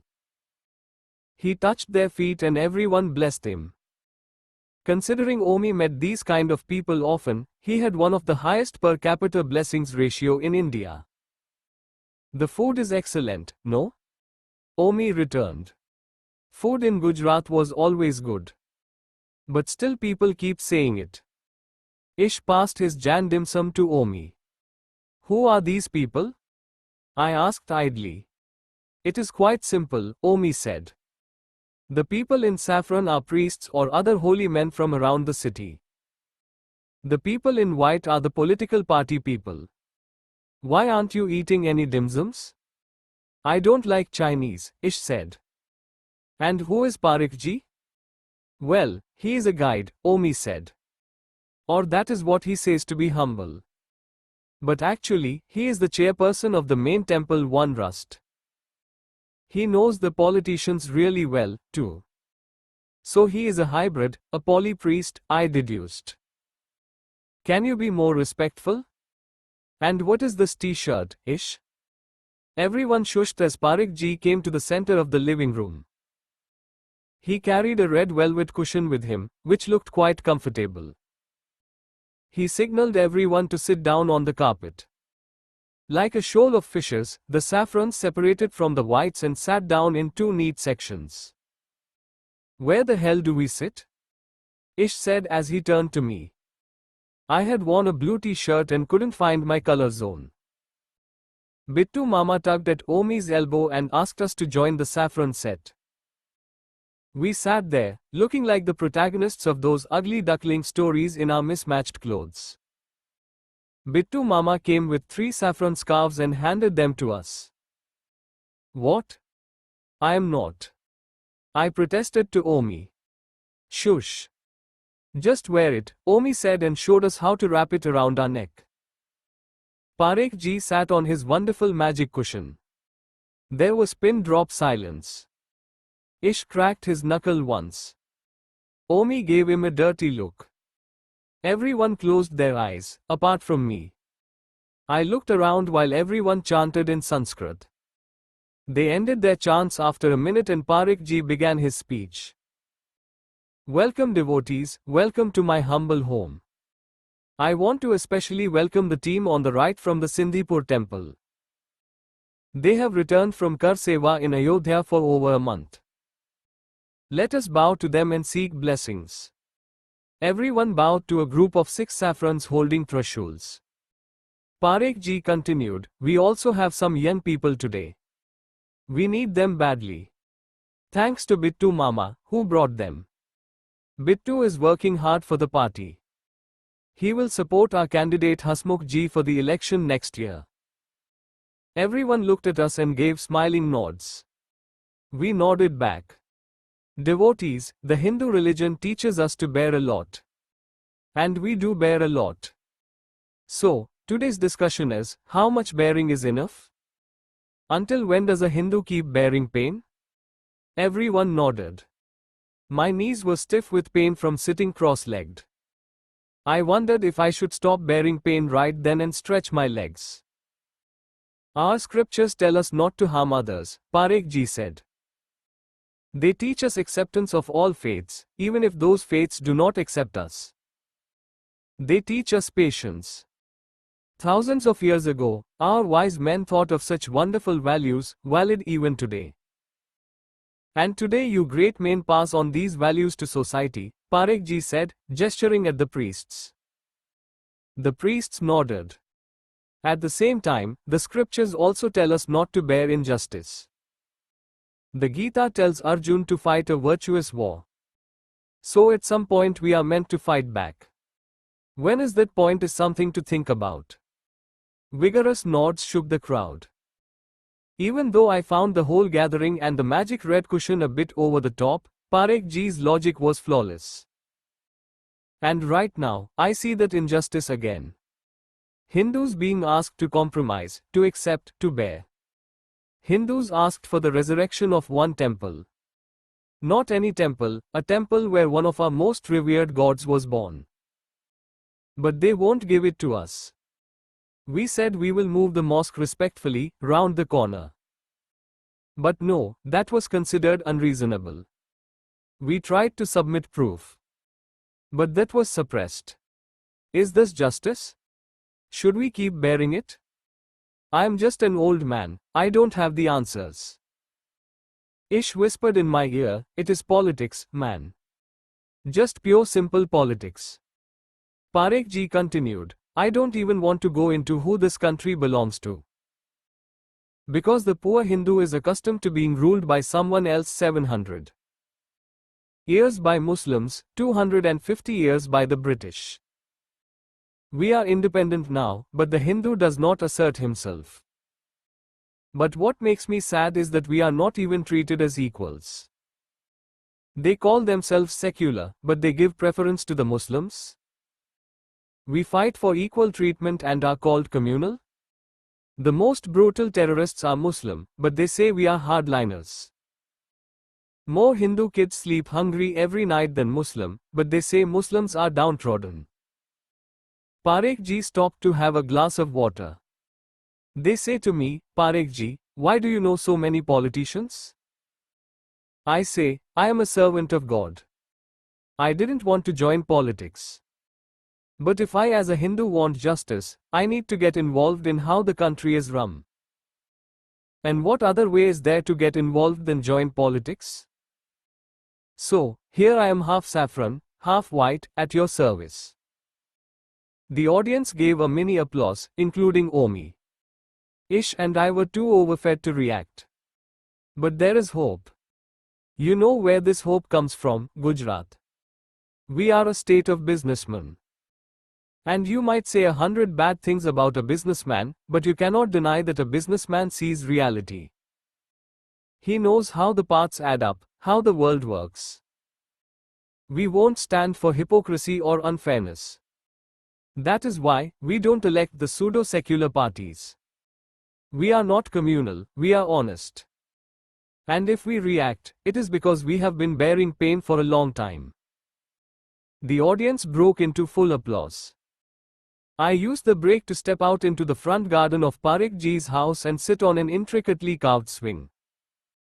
Parekh ji spoke inside for 10 more minutes, inaudible to me. I looked at the stars above and thought of the man on the velvet cushion. It was strange, I was both attracted to and repelled by him. He had charisma and lunacy at the same time.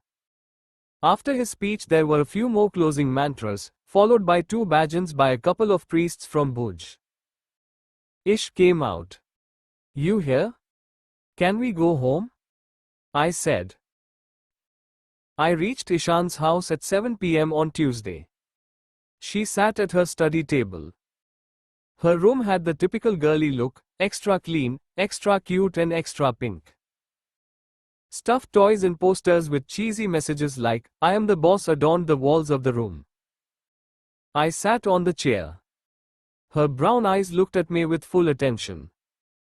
I couldn't help but notice that her childlike face was in the process of turning into a beautiful woman's. So which areas of maths are you strong in?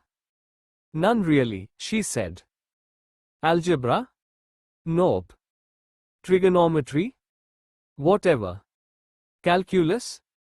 She raised her eyebrows as if I had mentioned a horror movie. Really? I said, disturbed at such indifference to my favorite subject. Actually, I don't like maths much. I said and tried to be like a thoughtful professor. You don't like it much or you don't understand a few things and so you don't like it yet? Maths can be fun, you know. Fun? She said with a disgusted expression. Yes. She sat up straight and shook her head. Let me make myself clear. I positively hate maths. For me it occupies a place right up there with cockroaches and lizards. I get disgusted, nauseated, and depressed by it. Between an electric shock or a maths test, I will choose the former. I heard some people have to walk 2 miles to get water in Rajasthan. I would trade my maths problems for that walk, every day. Maths is the worst thing ever invented by man. What were they thinking? Language is too easy, so let's make up some creepy symbols and manipulate them to haunt every generation of kids. Who cares if sin theta is different from cos theta? Who wants to know the expansion of the sum of cubes? Wow, that's some reaction, one said, my mouth still open. And fun? If maths is fun, then getting a tooth extraction is fun. A viral infection is fun. Rabies shots are fun. I think you are approaching it the wrong way. Oh ho ho, don't go there. I am not just approaching it. I have lived, compromised, struggled with it. It is a troubled relationship we have shared for years. From classes 1 to 12, this subject does not go away. People have nightmares about monsters. I have nightmares about surprise maths tests. I know you scored 100 and you are in love with it. But remember, in most parts of the world maths means only one thing to students. She stopped to breathe. I had the urge to get up and run away. How can I tame a wild beast? What? Goosebumps. See, I already have them, she said, pulling her kameez sleeve up to her elbow. I thought the little pink dots on her skin were more from her emotional outburst than maths. I also noticed her thin arm. It was so fair you could see 3 veins running across. Her hand had deep lines, with an exceptionally long lifeline. Her fingers seemed long as they were so thin. She had applied a glittery silver white nail polish only on the outer edge of the nails. How do women come up with these ideas? What? She said as I checked out her arm for a moment too long. I immediately opened a textbook. Nothing. My job is to teach you maths, not to make you like it. You want to be a doctor, I heard. I want to go to a college in Mumbai. Excuse me? I want to get out of Ahmedabad. But mom and dad won't let me. Unless, of course, it is for a prestigious course like medicine or engineering. Engineering has maths, maths means vomit, so that is ruled out. Medicine is the other choice and my exit pass. But they have this medical entrance exam in. I realized that Vidya did not have an internal pause button. And since I had only an hour and the tutorial equivalent of climbing Everest barefoot, I wanted to come to the point. So, which topic would you like to start with? Anything without equations. I saw your medical entrance exam course. Looks like there are a few scoring areas that are relatively easier. I opened the medical exam entrance guide and turned it towards her. See this, probability, I said. This and permutations will be 25% of the maths exam. Statistics is another 10%. No equations here, so can we start with this? Sure, she said and took out a brand new exercise book. She kept 2 pens parallel to the notebook. She opened the first page of the probability chapter like she was the most diligent student in India. Most clueless, probably. Probability, I said, is easily the most fun. I say this because you can actually use the concepts in probability to solve everyday problems. Like what? Like what? What everyday problems can you solve? She quizzed, brushing aside a strand of hair. Well, you are going ahead, but let's see. I looked around for 11 easy example. I noticed her impeccably done-up room, tucked in pink bedsheets. On the opposite wall were posters of Westlife, Backstreet Boys, Hrithik Roshan. Next to them was a wall of greeting cards. See those cards? They are birthday cards from my school friends. I had my birthday 2 months ago. I ignored the information overload. Say there are 20 of them. Most are white, though. Some are colored. How many? 5 colored ones, she said, scanning the cards, her eyes asking, so? Cool, 5. Now let's say I take all the cards and put them in a sack. Then I pull out one card, what is the probability the card is colored? Why would you put them in a sack? She said. Hypothetical. What is the chance? I don't know. Okay, so let's use this example to start the basic premise of probability. Probability can be defined as, I said as I wrote the lines, probability equals no of times something you want happens, no of times something can happen. How come there are no symbols? She said. See, I told you probability is interesting. Let's look at the denominator. How many different cards can come out if I put out one card from the stack of 20? 20? Yes, of course. Good. Duh, she said.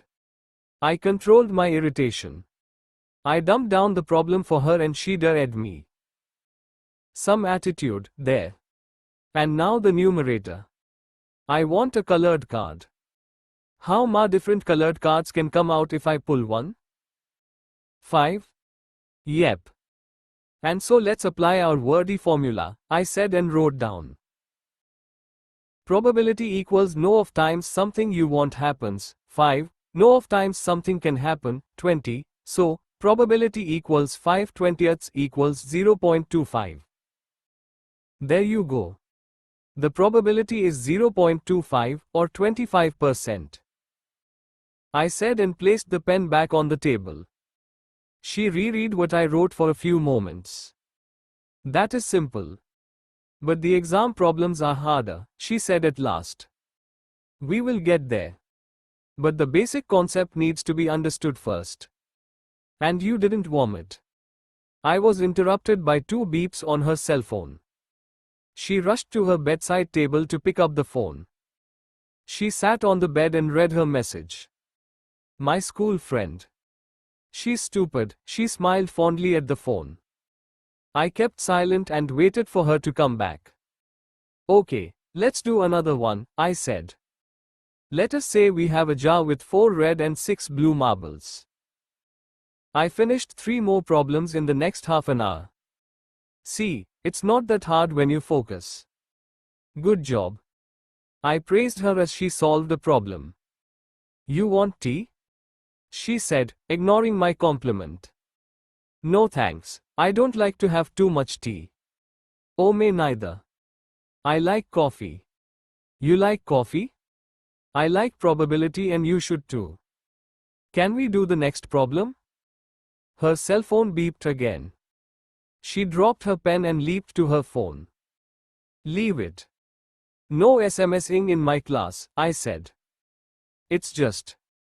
She said as she stopped her hand midway. I will go if you don't concentrate. I have turned down many students for this class. She was zapped at my firmness. But I am no Mr. Nice, and I hate people who are not focused. Especially those who hate maths. Sorry, she said. We only have an hour. Do your fun activities later. I said sorry. She picked up her pen again and opened the cap in disgust. 5. You must come now. The kid sucked in air after every word. Ali is. Relax, Paras, LSH told the panting boy. He had come running from the Belrampur Municipal School and was insisting we go with him. Now? It is only 4, how can I close business? I said. He doesn't play cricket that often.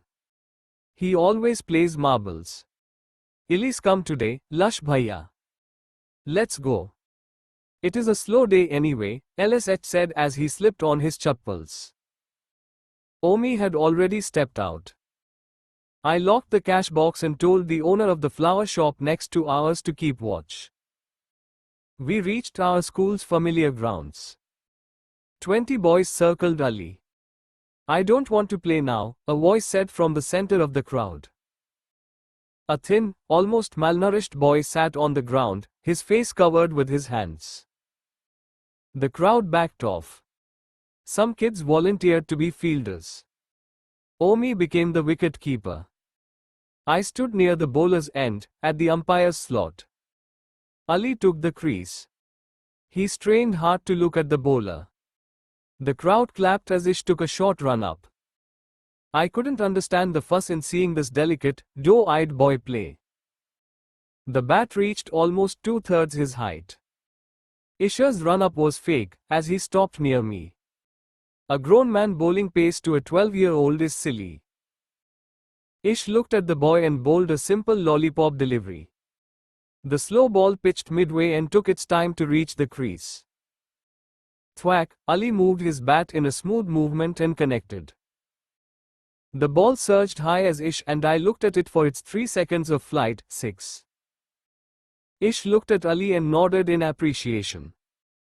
Ali took a stance again and scrunched his face, partially due to the sun but also in irritation for not receiving a real delivery.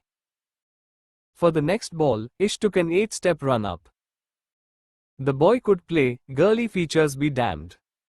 The medium-pace ball rose high on the bounce and smash. Another 6. Ish gave a half smile. Ali's bat had not hit the ball, but his pride. The crowd clapped. Ish took an 11-step run-up for the next ball. He grunted when the ball left his hand. The ball bounced to Ali's shoulder. Ali spun on one leg as if in a dance and connected, 6.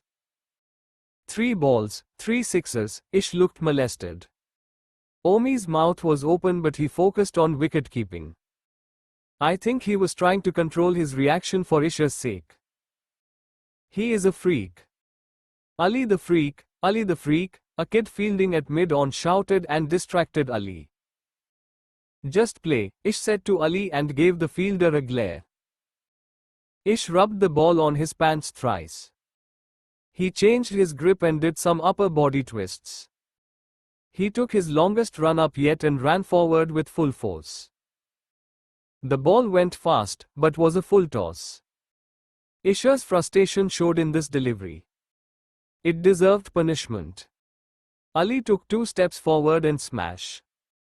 The ball went high and reached past the ground, almost hitting a classroom window.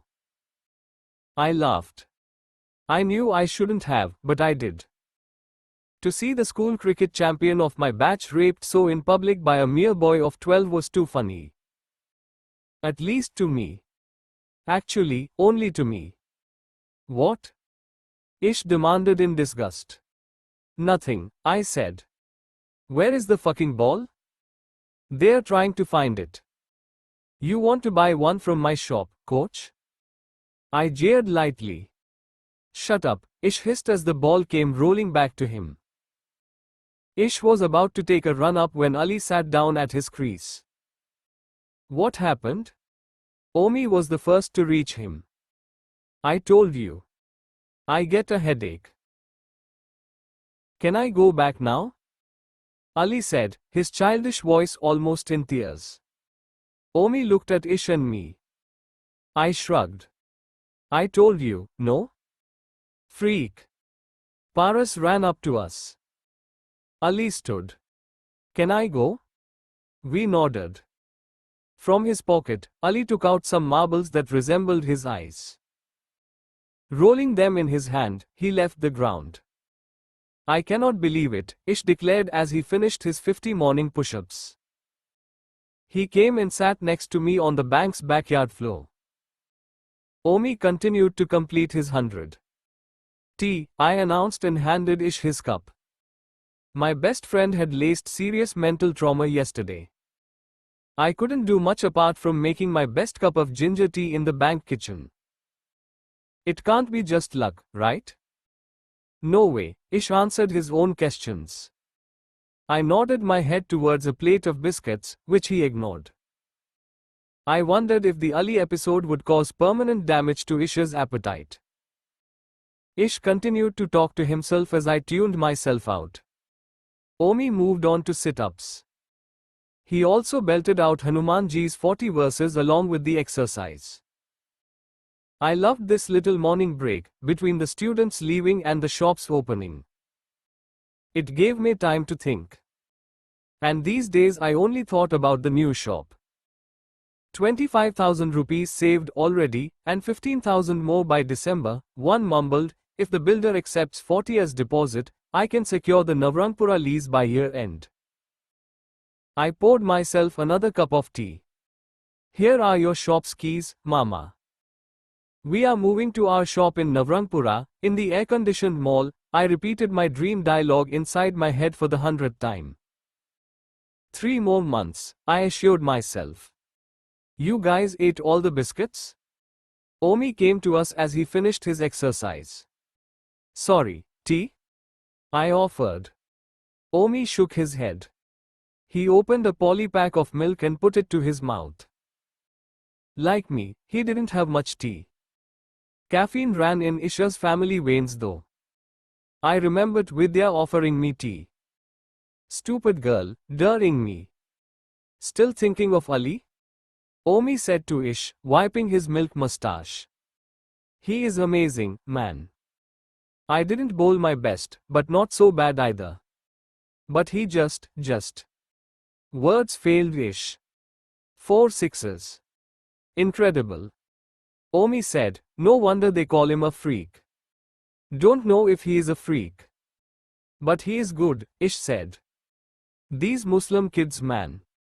You never know what. Omi said and gulped the remainder of his milk. Shut up. He is just fucking good. I have never seen anyone play like that. I want to coach him. Sure, as long as he pays.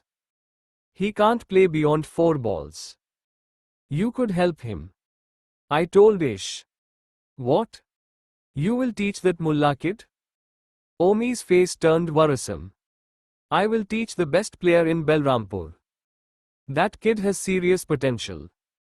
You know, like Team India? I suggested. Shush, don't tempt fate, but yes. I want to teach him.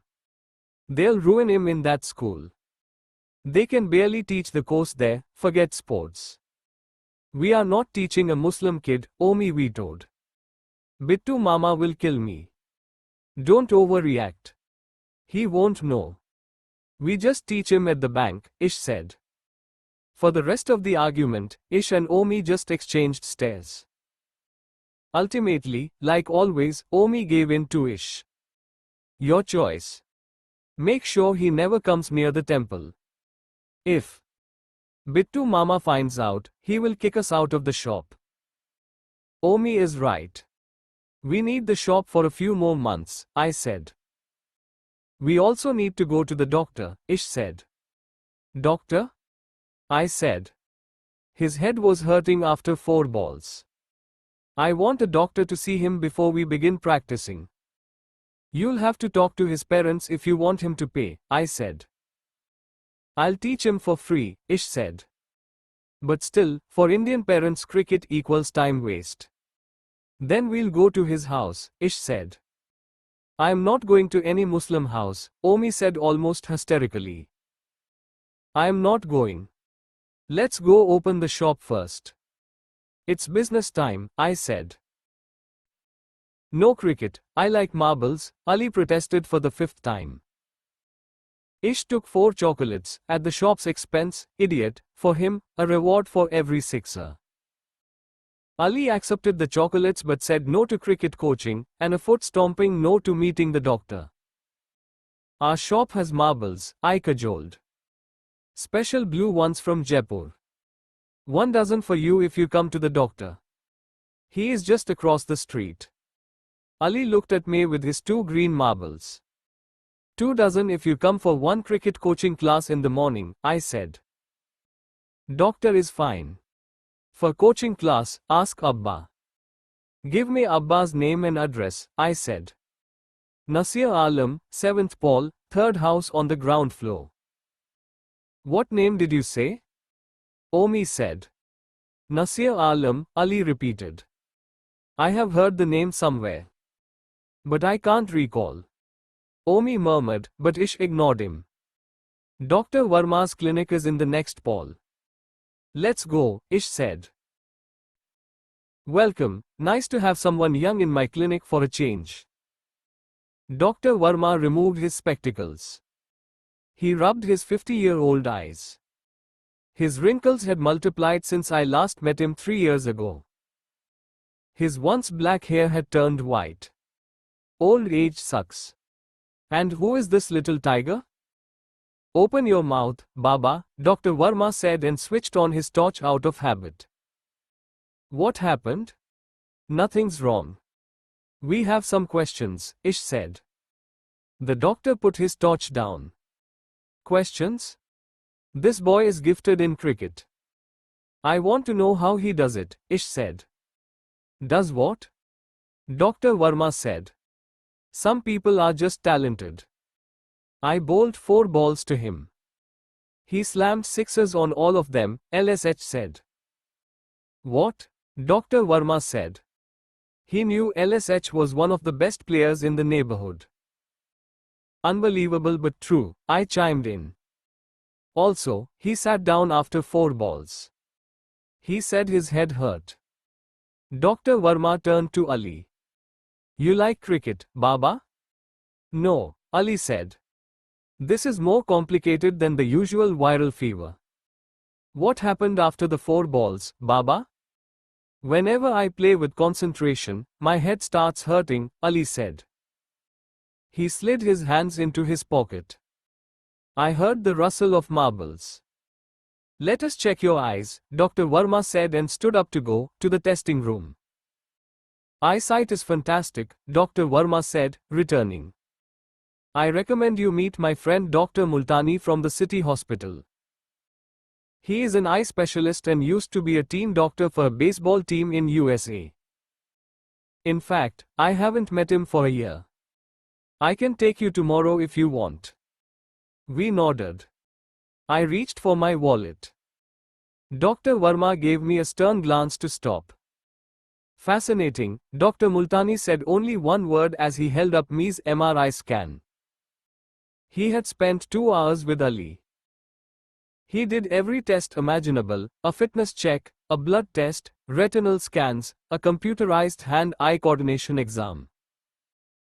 The matrix-style MRI, where Ali had to lie down head first inside a chamber, proved most useful. I miss my sports doctor days, Verma. This love for Ahmedabad made me give up a lot, Dr. Multani said. He ordered tea and khakra for all of us. Are we done? Ali said and yawned. Almost. Play marbles in the garden outside if you want, R. Multani said. He kept quiet until Ali left. That was some work, Multani, for a little headache, Dr. Verma S. Eid. It is not just a headache, Dr. Multani said and munched a clear. Ish is right, the boy is exceptionally gifted.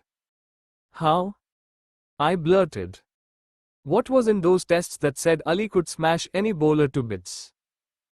The boy has hyper-reflex. It is an aberration in medical terms, but proving to be a gift for cricket. Hyper what? Omi echoed.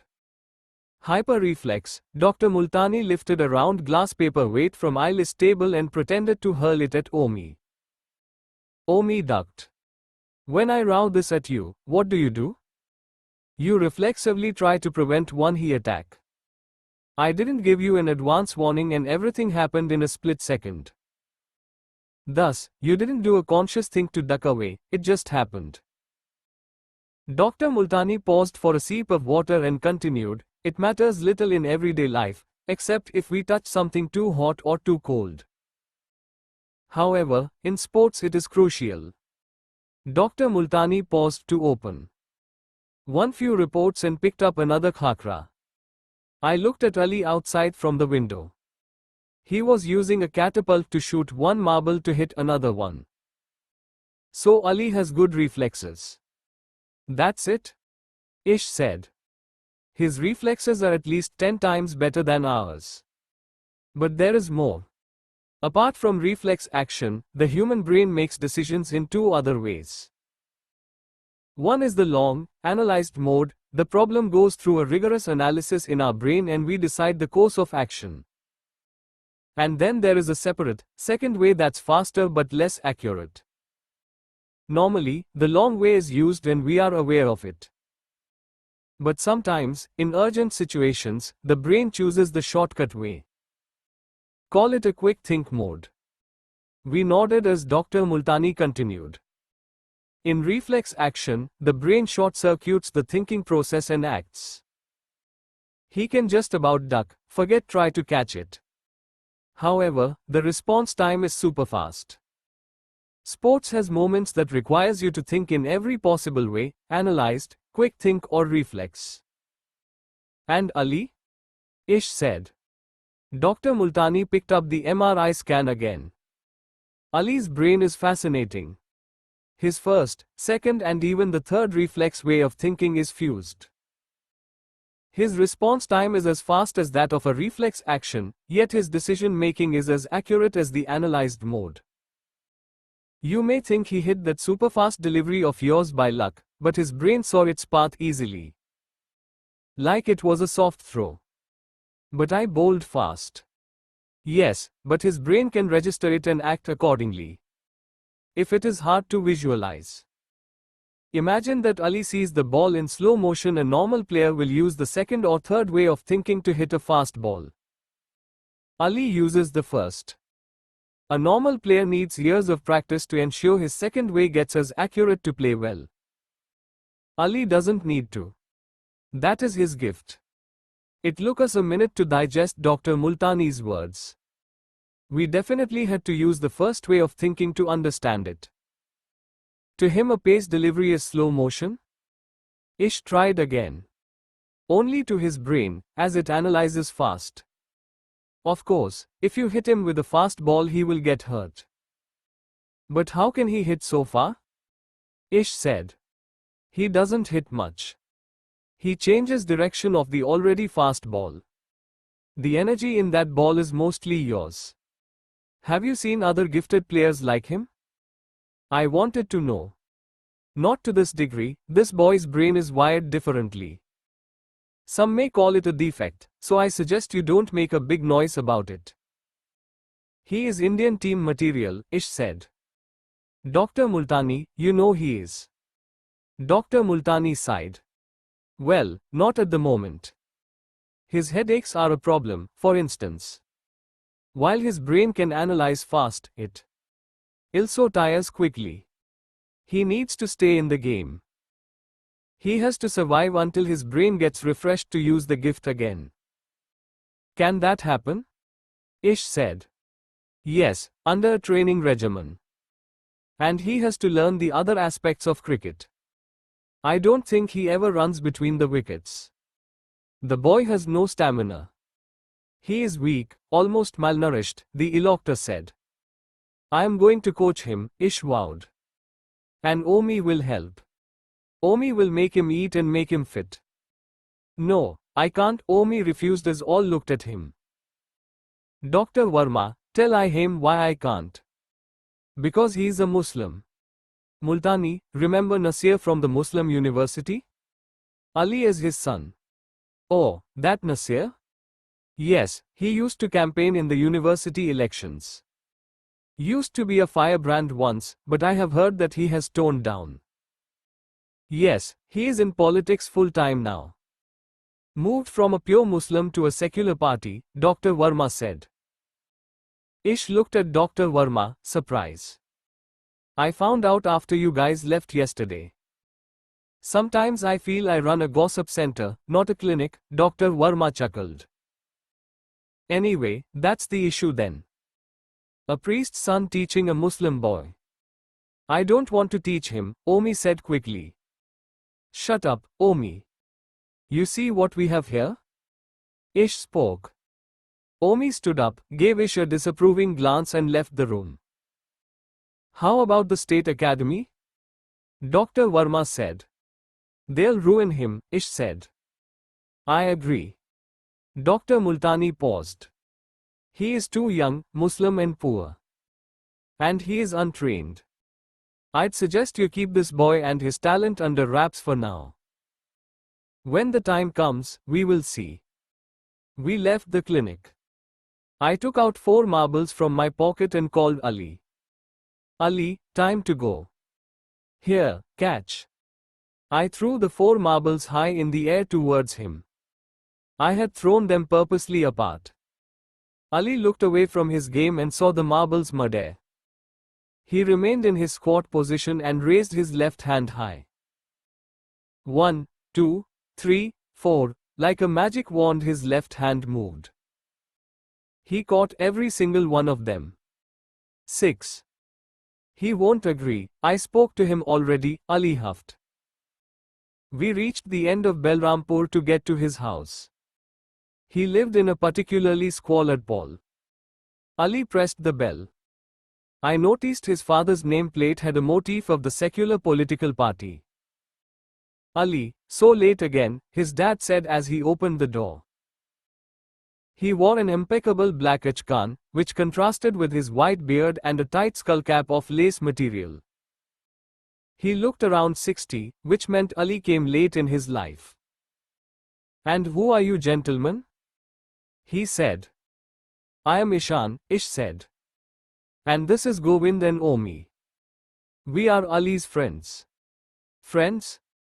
Ali's dad said, underlining the absurd age difference. Yes Abba, they came to play cricket at the school. They have a sports shop. I told you, remember?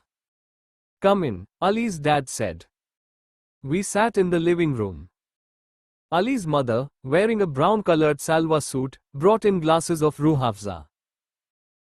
Even though a dupatta covered most of her face, I could make out that she must have been at least 20 years younger than her husband. She scolded Ali for not studying for his test the next day.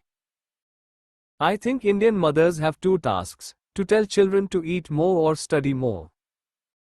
We wanted to talk about coaching Ali, Ish began after Ali left the room with his mom. Cricket coaching? No, thanks. We are not interested, Ali's dad said in a tone that was more conclusive than discussion-oriented. But uncle. Ish protested. Look above, Ali's dad said and pointed to the roof. Look, there are cracks on the ceiling. There is this room and one other tiny room that I have taken on rent. Does it look like the house of a person who can afford cricket coaching? We won't be charging Ali, Ish said. I glared at Ish. I hate it when he gives discounts at the shop, but 100% off is insane. What will he do with cricket coaching? Already school is difficult for him after the madrasa. This is the first time Ali is studying maths. And I can't even afford a maths tutor. Govind teaches maths, Ish said. What? Ali's dad and I said together. Really, he is the best in Balrampur. He got 100% marks in the class 12 board exam. I double glared at Ish. I was fully booked in tuitions and I already taught his clown of a sister for free. But Ish, I can't, I said. Maybe we can do a combined deal. If you allow him cricket coaching with us, we will teach him maths for free, Ish said, ignoring my words. How can I teach for free? I have paying students waiting, I said. Ish glanced at me with disdain as if I had shot down his mission to Mars. For free? I mouthed to him. I will pay whatever I can, Ali's dad said in a muffled voice. I am sorry, but this is how I earn my living. I can't. I said, in a desperate attempt to salvage my asshole image. Just take it from my salary, okay? Can you let me talk? Ish said with great politeness. I wanted to get up and leave. I get a small retirement pension. How much do you charge? For whom? I started to say, but Ish interrupted with, why don't we start and see how it goes? Everyone nodded, even Omi, because he did whatever everyone else was doing anyway. Right, Govind? He said to me last. I gave the briefest nod possible, a 5-degree tilt.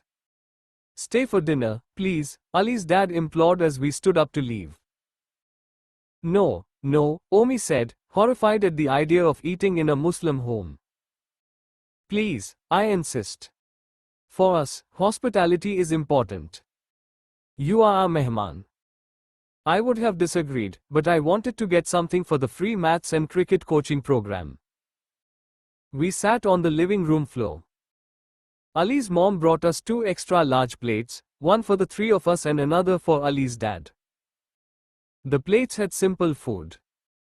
Chapatis, dal and a potato cauliflower vegetable. Omi sat down. He did not touch the food. Sorry, I can't offer you meat. This is all we have today. I don't eat meat.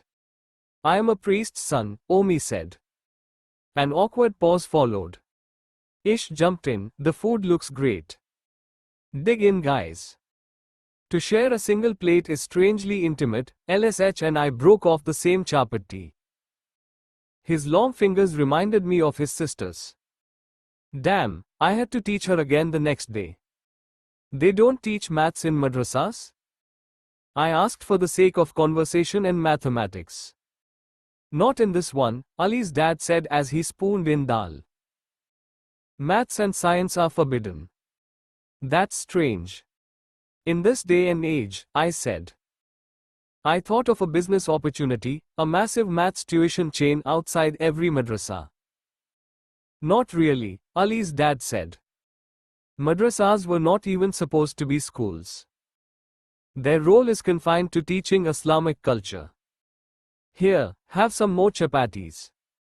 And that's why you had him switch schools? LSH said. Yes.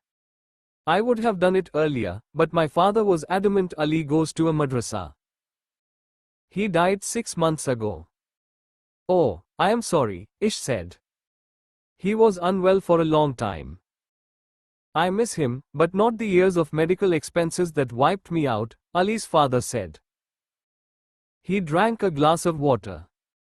When I retired from university, I had to leave the campus quarters. The party wanted me to move here. The Belrampur Municipal School was close, so I put him there. Is it good? Yes, we studied there for 12 years, I said.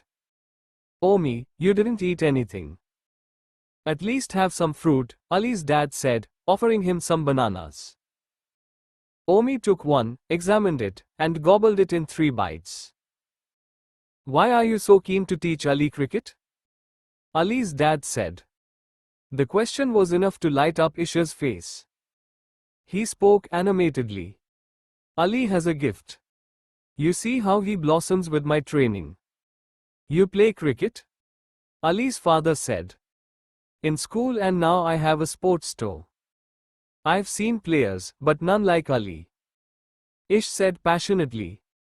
But it's just a game. One guy hits a ball with a stick, the rest run around to stop it. It's more than that, LSH said, offended. But if you have never played it, you will never understand. Ali's dad said, you know I am a member of the secular party? We saw the sign, I said. Would you like to come and visit our party sometime? Omi suddenly stood up. Do you know who you are talking to? I am Pandit Shastri's son. You have seen the Swami temple in Belrampur or not? His voice was loud. Ish pulled Omi's elbow to make him sit down. How does that matter, son? Ali's dad said. You are telling me to come visit your party? I am a Hindu. We won't hold that against you, Ali's father grinned. Ours is a secular party. It is not secular. It is Sak-Uleh party. Suck up politics, that is all you know. No wonder Muslims like you flock there. Now Ish, we are leaving or not? Omi, behave yourself, we came for Ali.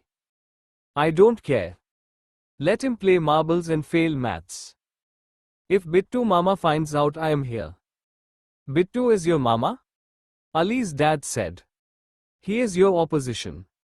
And a suck-up party will never win in Belrampur. Calm down, son. Sit down, Ali's dad said. Omi sat down and Ish massaged his shoulder. Omi rarely flared up, but when he did, it took several pacifying tactics to get him back to normal. Here, have a banana. I know you are hungry, Ish soothed. Omi resisted, but took the banana. I am also new to secular politics, son. I was in a hardline party, Ali's dad said and paused to reflect. Yes, I made a few mistakes too. Whatever. Don't even try to convert people from our party to yours, Omi said fiercely. I won't. But why are you so against us? The party has ruled the country for 40 years, we must be doing something right. You won't rule Gujarat anymore. Because we can see through your hypocrisy. Omi said. Omi, stop, Ish said. It's okay, Ish. I rarely get young people to talk to. Let him speak his mind, Ali's dad said. I don't have anything to say. Let's go, Omi said. The communal parties aren't perfect either, Ali's dad said. I guess even Ali's dad loved to argue. There you go. Here is the bias, you call us communal. Your party gives preference to Muslims, but it is secular. Why? Omi said. What preference have we given? Ali's dad said. Why can't you let us make a temple in Ayodhya? Omi said. Because there is a mosque there already. But there was a temple there before. That is not proven. It has. The government keeps hiding those reports. Incorrect. Whatever. It is not an ordinary place. We believe it is the birthplace of our Lord. We said, give us that site, and we will move the mosque respectfully next door. But you can't even do that. And we, the majority, can't have that one little request fulfilled. Parekh ji is right, what hope does a Hindu have in this country? Oh, so it is Parekh ji. He taught you all this? Ali's dad almost smirked. He didn't teach us. Our cause is labeled communal, it is not cool to talk about it. But because Hindus don't talk, you think they don't feel anything? Why do you think people listen to Parekh ji? Because somewhere deep down, he strikes a chord. A common chord of resentment is brewing, Mr. Nasir, even if it is not talked about. A lot of Hindus vote for us, you should know, Ali's father said. But slowly they will see the truth.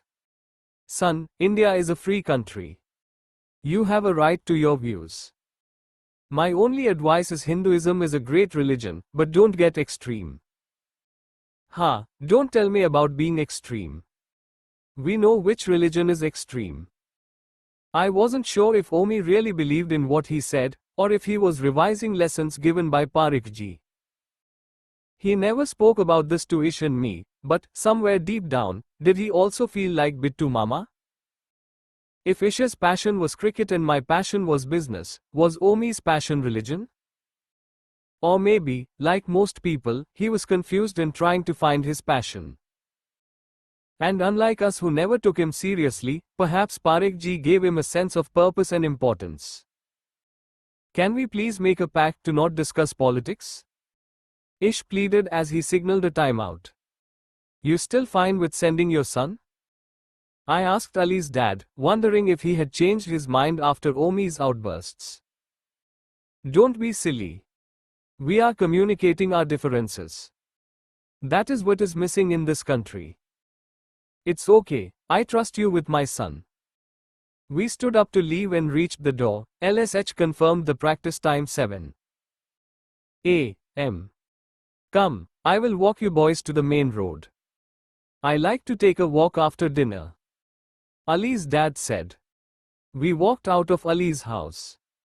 Omi held his head down, probably feeling ashamed at having raised his voice. Ali's dad spoke again. I am not particularly fond of my own party. Really? I said when no one said anything.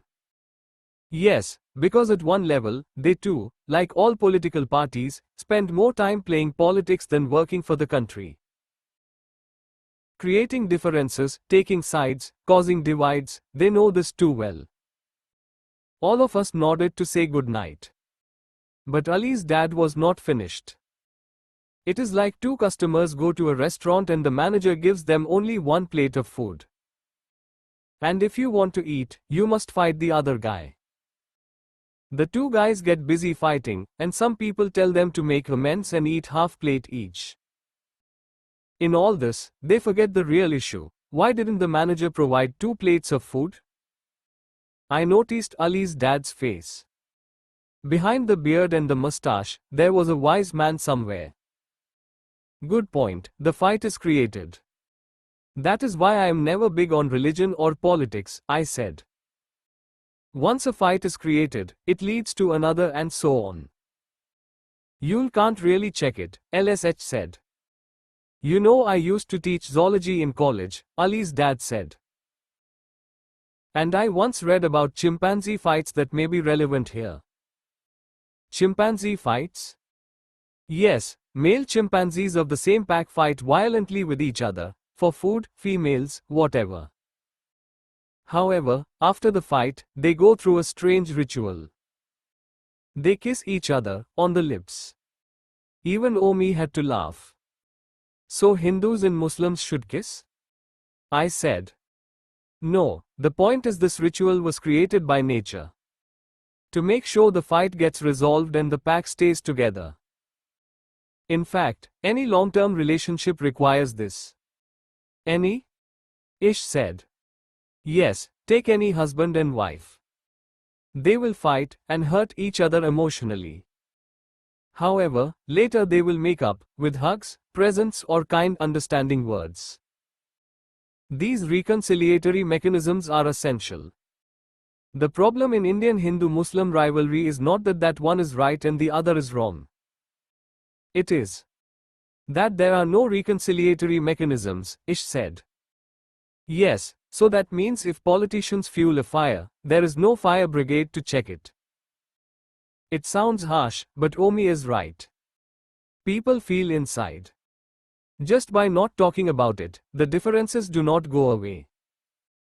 The resentment brews and brews, and doesn't come out until it is too late. We had reached the main road and stopped next to a pan shop. I figured out why Ali's dad had come with us. He wanted Ali's after dinner pan. Tell Ali to be on time, Ish said as we waved goodbye. The image of kissing chimpanzees stayed with me all night. Ali came on time in a white kurta pajama. He held his maths books in one hand and his cricket bat in the other. Cricket first. Keep the books away, Ish said. The boy looked startled by the sudden instruction. I took him upstairs and opened the vault. Ali chose an empty locker and put down his books. Paresh and Naveen, 2 other kids, had also come for cricket practice. They were both Ali's age but looked stronger. Boys, run around the backyard 20 times, Ish ordered in his drill sergeant voice. His decision on how many rounds the kids must run was arbitrary. I think he enjoyed this first dose of power every day. I went upstairs to the vault to look at Ali's books. The notebooks were blank. The maths textbook was for class 7, but looked untouched. I came out to the first floor balcony. The students were on their morning jog. What? Ish said as Ali stopped after 5 rounds. I can't run, Ali heaved.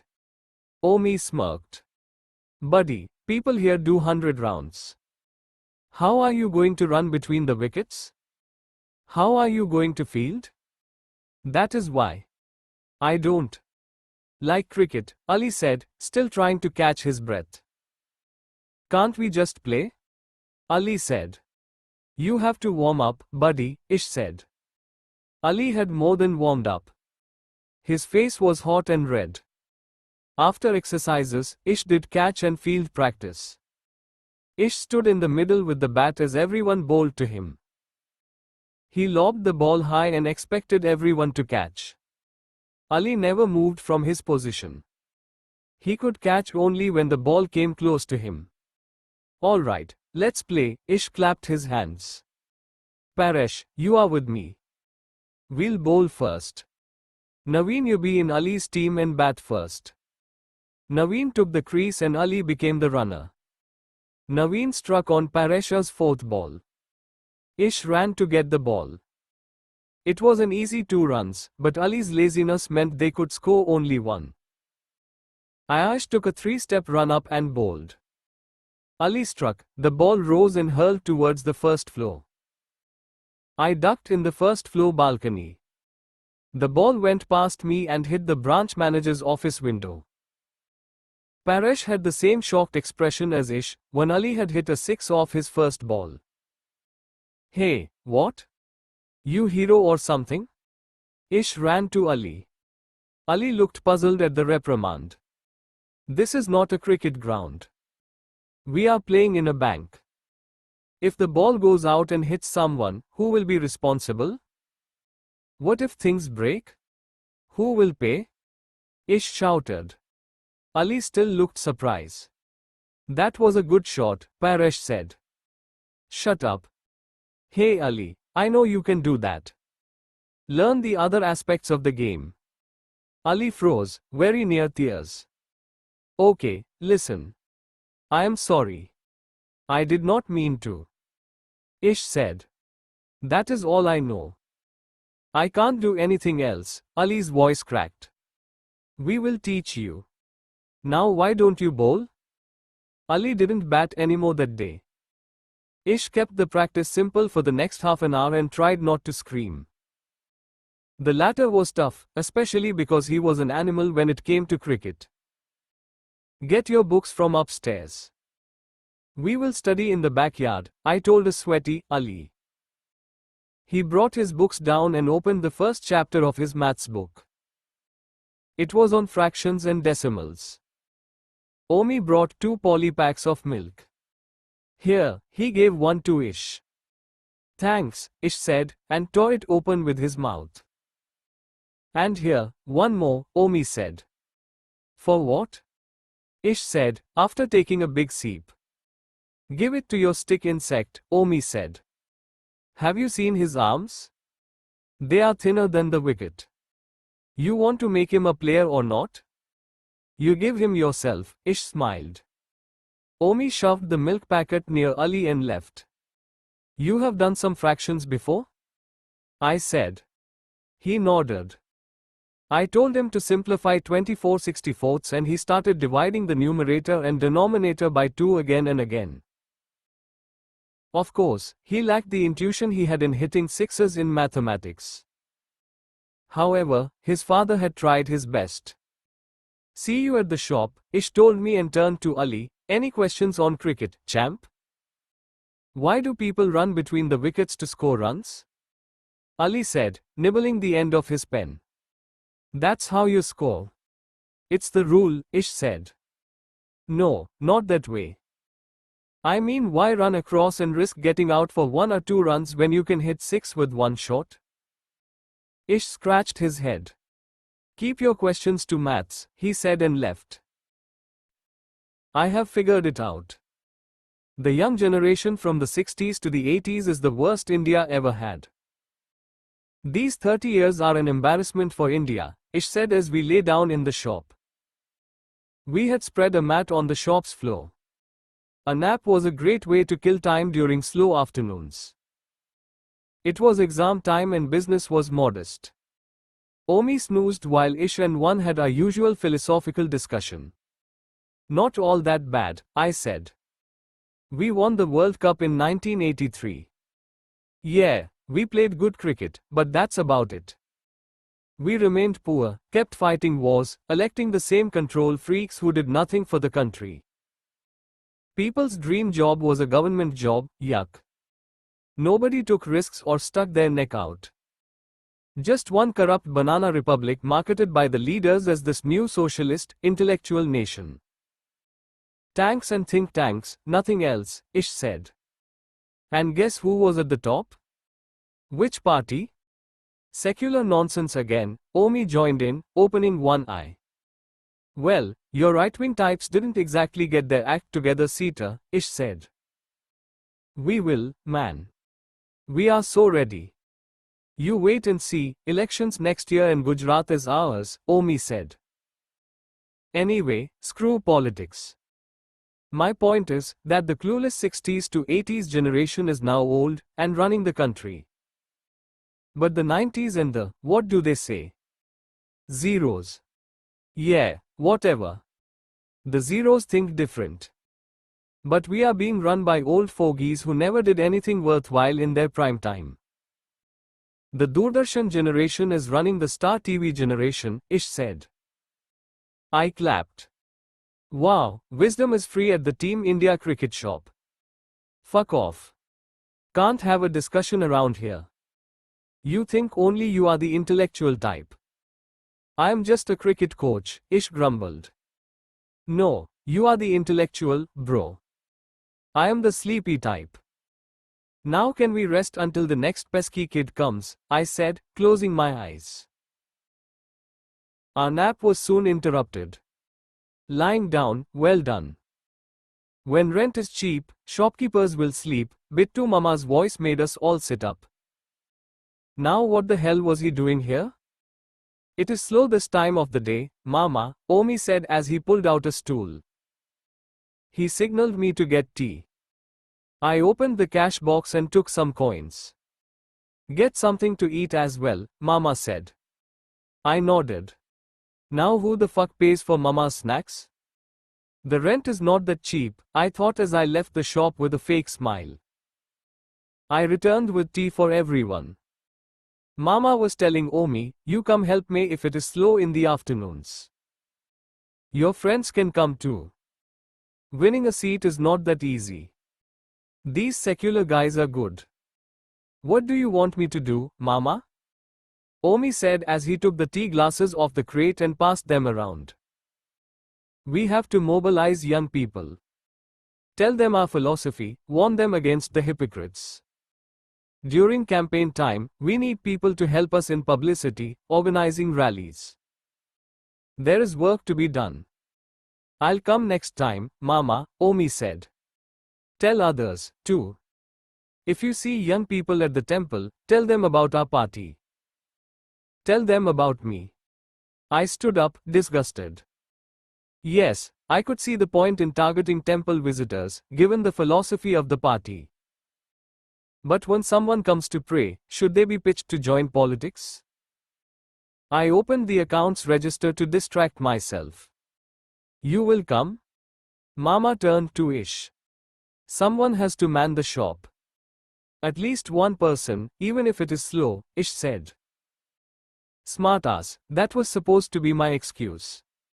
And you, Govind? Mama said. I am not into that sort of stuff. I am agnostic, remember?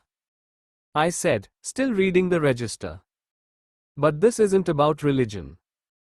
It is about justice. And considering we gave you this shop at such a low rent, you owe us something. It is not your shop. Omi's mother gave it to us. And given the location, the rent we pay is fair, I said. I alone am enough, Mama. Dheeraj will come as well, right? Omi said, to break the ever-escalating tension between Mama and me. Dheeraj was Mama's 14-year-old son and Omi's cousin. Look at his pride. This two-bit shop and a giant ego, Mama said. If Omi wasn't there, I'd get you kicked out. There will be no need. We are leaving soon anyway, I said without thinking. I couldn't help it. I wanted to tell him only at LI last minute, just before we moved to the Navrangpura mall. I was sick of his patronizing tone. Oh, really? Where, you will pull a handcart with these bats and balls? Mama said. We are moving to Navrangpura mall. You can take your shop back then. What? Mama exclaimed. We will make the deposit next month. Possession when it opens in 3 months. This two-bit shop is about to move to a prime location sports store, I said. Mama's mouth remained open. I had dreamt of this expression long months. Really? Mama turned to Omi. Omi nodded. How much is the deposit? Mama said. 40,000. We saved it, I said. You pay 1,000 a month for this shop. If you were paying the market rent of 2, you wouldn't be able to save this much, Mama said. I kept quiet. What?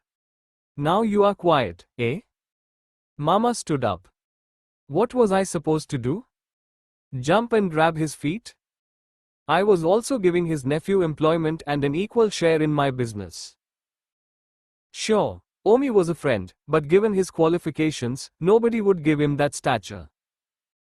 A cheaper rent was the least he could do. Let me know when you want me, Mama, Omi said. Good, I'll see you, he said, continue your rest. Ish raised his middle finger as Mama left. Then we lay down and went back to sleep. 7. Have you done the sums I gave you? Vidya nodded. I couldn't see her face as we sat side by side, but I knew she'd just cried when she lifted a hand to wipe an eye. I opened her tuition notebook. I am a tutor, not a consoler. You did them all? She shook her head. How many did you do? She showed me 7 fingers. Okay, 7 out of 10 weren't bad. But why wasn't she saying anything? What's up? I said, more to improve communication than the sight of her smudged eyes. Nothing, she said in a broken voice. A girl's nothing usually means a lot. Actually, it meant a lot, and don't get me started. I thought of a suitable response to a fake nothing. You want to go wash your face? I said. I am fine. Let's get started. I looked at her eyes. Her eyelashes were wet.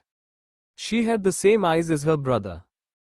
However, the brown was more prominent on her fair face.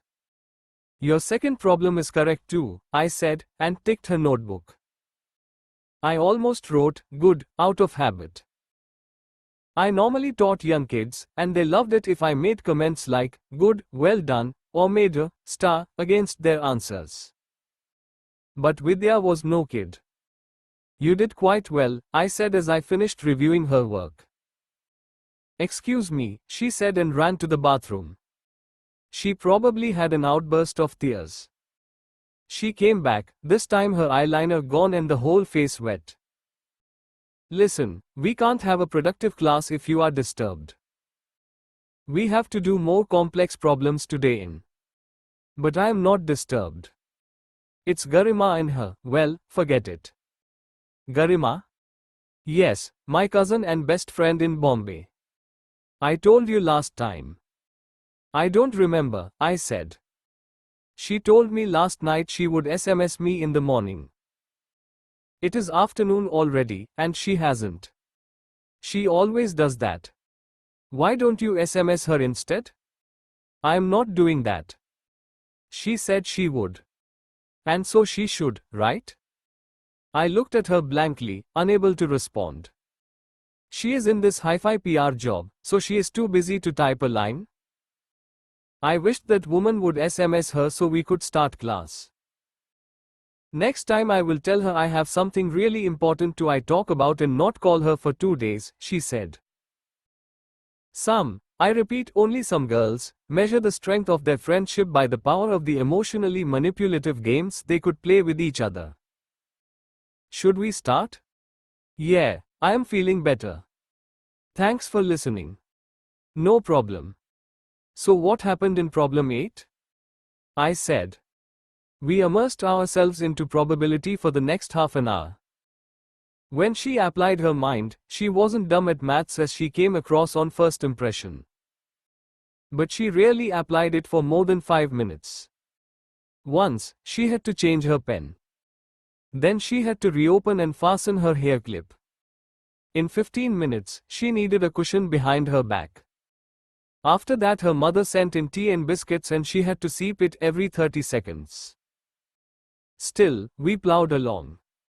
40 minutes into the class, she pulled her chair back. My head is throbbing now. I have never done so much maths continuously in my life. Can we take a break? Vidya, we only have 20 minutes more, I said. She stood up straight and blinked her eyes. Can we agree to a 5-minute break during class? One shouldn't study maths that long. It has to be bad for you. She kept her pen aside and opened her hair. A strand fell on my arm. I pulled my hand away. How is your preparation for other subjects? You don't hate science, do you? I said. I wanted to keep the break productive. I like science. But the way they teach it, it sucks, Vidya said. Like what? Like the medical entrance guides, they have thousands of multiple choice questions. You figure them out and then you are good enough to be a doctor. That's not how I look at science. Well, we have no choice. There are very few good colleges and competition is tough. I know. But the people who set these exam papers, I wonder if they ever are curious about chemistry anymore. Do they just cram up reactions? Or do they ever get fascinated by it? Do they ever see a marble statue and wonder, it all appears static, but inside the statue there are protons buzzing and electrons madly spinning? I looked into her bright eyes. I wished they would be as lit up when I taught her probability. That's quite amazing, isn't it? I said. Or let's talk of biology. Think about this, she said and touched my arm. What is this? What? I said, taken aback by her contact. This is your skin. Do you know there are communities of bacteria living here? There are millions of individual life forms eating, reproducing and dying right on us. Yet, we never wonder. Why? We only care about cramming up an epidermal layer diagram, because that comes in the exam every single year. I didn't know what to say to this girl. Maybe I should have stuck to teaching 7-year-olds. There are some good reference books outside your textbooks for science, I told her. Are there? Yes, you get them in the Law Garden book market. They go into concepts. I can get them for you if you want. Ask your parents if they will pay for them. Of course, they will pay. If it is for studies, they spend like crazy. But can I come along with you? No, you don't have to. I'll get the bill. What? In case you are thinking how much I will spend. You silly or what? It will be a nice break. We'll go together. Fine. Let's do the rest of the sums. We have taken a 15-minute break. I finished a set of exercises and gave her 10 problems as homework. Her phone beeped as I stood up to leave. She rushed to grab it. Garima, she said, and I shut the door behind me. I was walking out when Ish came home. Hey, good class? She is a duffer, must be tough, said Ish, his body covered in sweat after practice. Not bad, she is a quick learner, I said. I didn't know why, but looking at Ish right then made my heart beat fast. I wondered if I should tell him about my plan to go to Law Garden with Vidya to buy books. But that would be stupid, I thought. I didn't have to explain everything to him. I figured out a way to rein in Ali, Ish said. How? I let him hit his 4 sixes first. Then he is like any of us. I nodded. The other boys get pissed though. They think I have a special place for this student. Ish added. They are kids. Don't worry, I said and wondered how much longer I had to be with him and why the hell did I feel so guilty? Yeah. Some students are special, right? Ish chuckled. For a nanosecond I felt he was making a dig at me. No, this was about Ali. I didn't have a special student. You bet. Listen, have to go. Mom needs help with a big wedding order. With that, I took rapid strides and was out of his sight. My head buzzed like those electrons inside the marble statue in Omi's temple. She was dressed in a white chicken salwar kameez on the day of our law garden trip. Her bandhani orange and red dupatta had tiny brass bells at the end. They made a sound every time she moved her hand. There was a hint of extra makeup.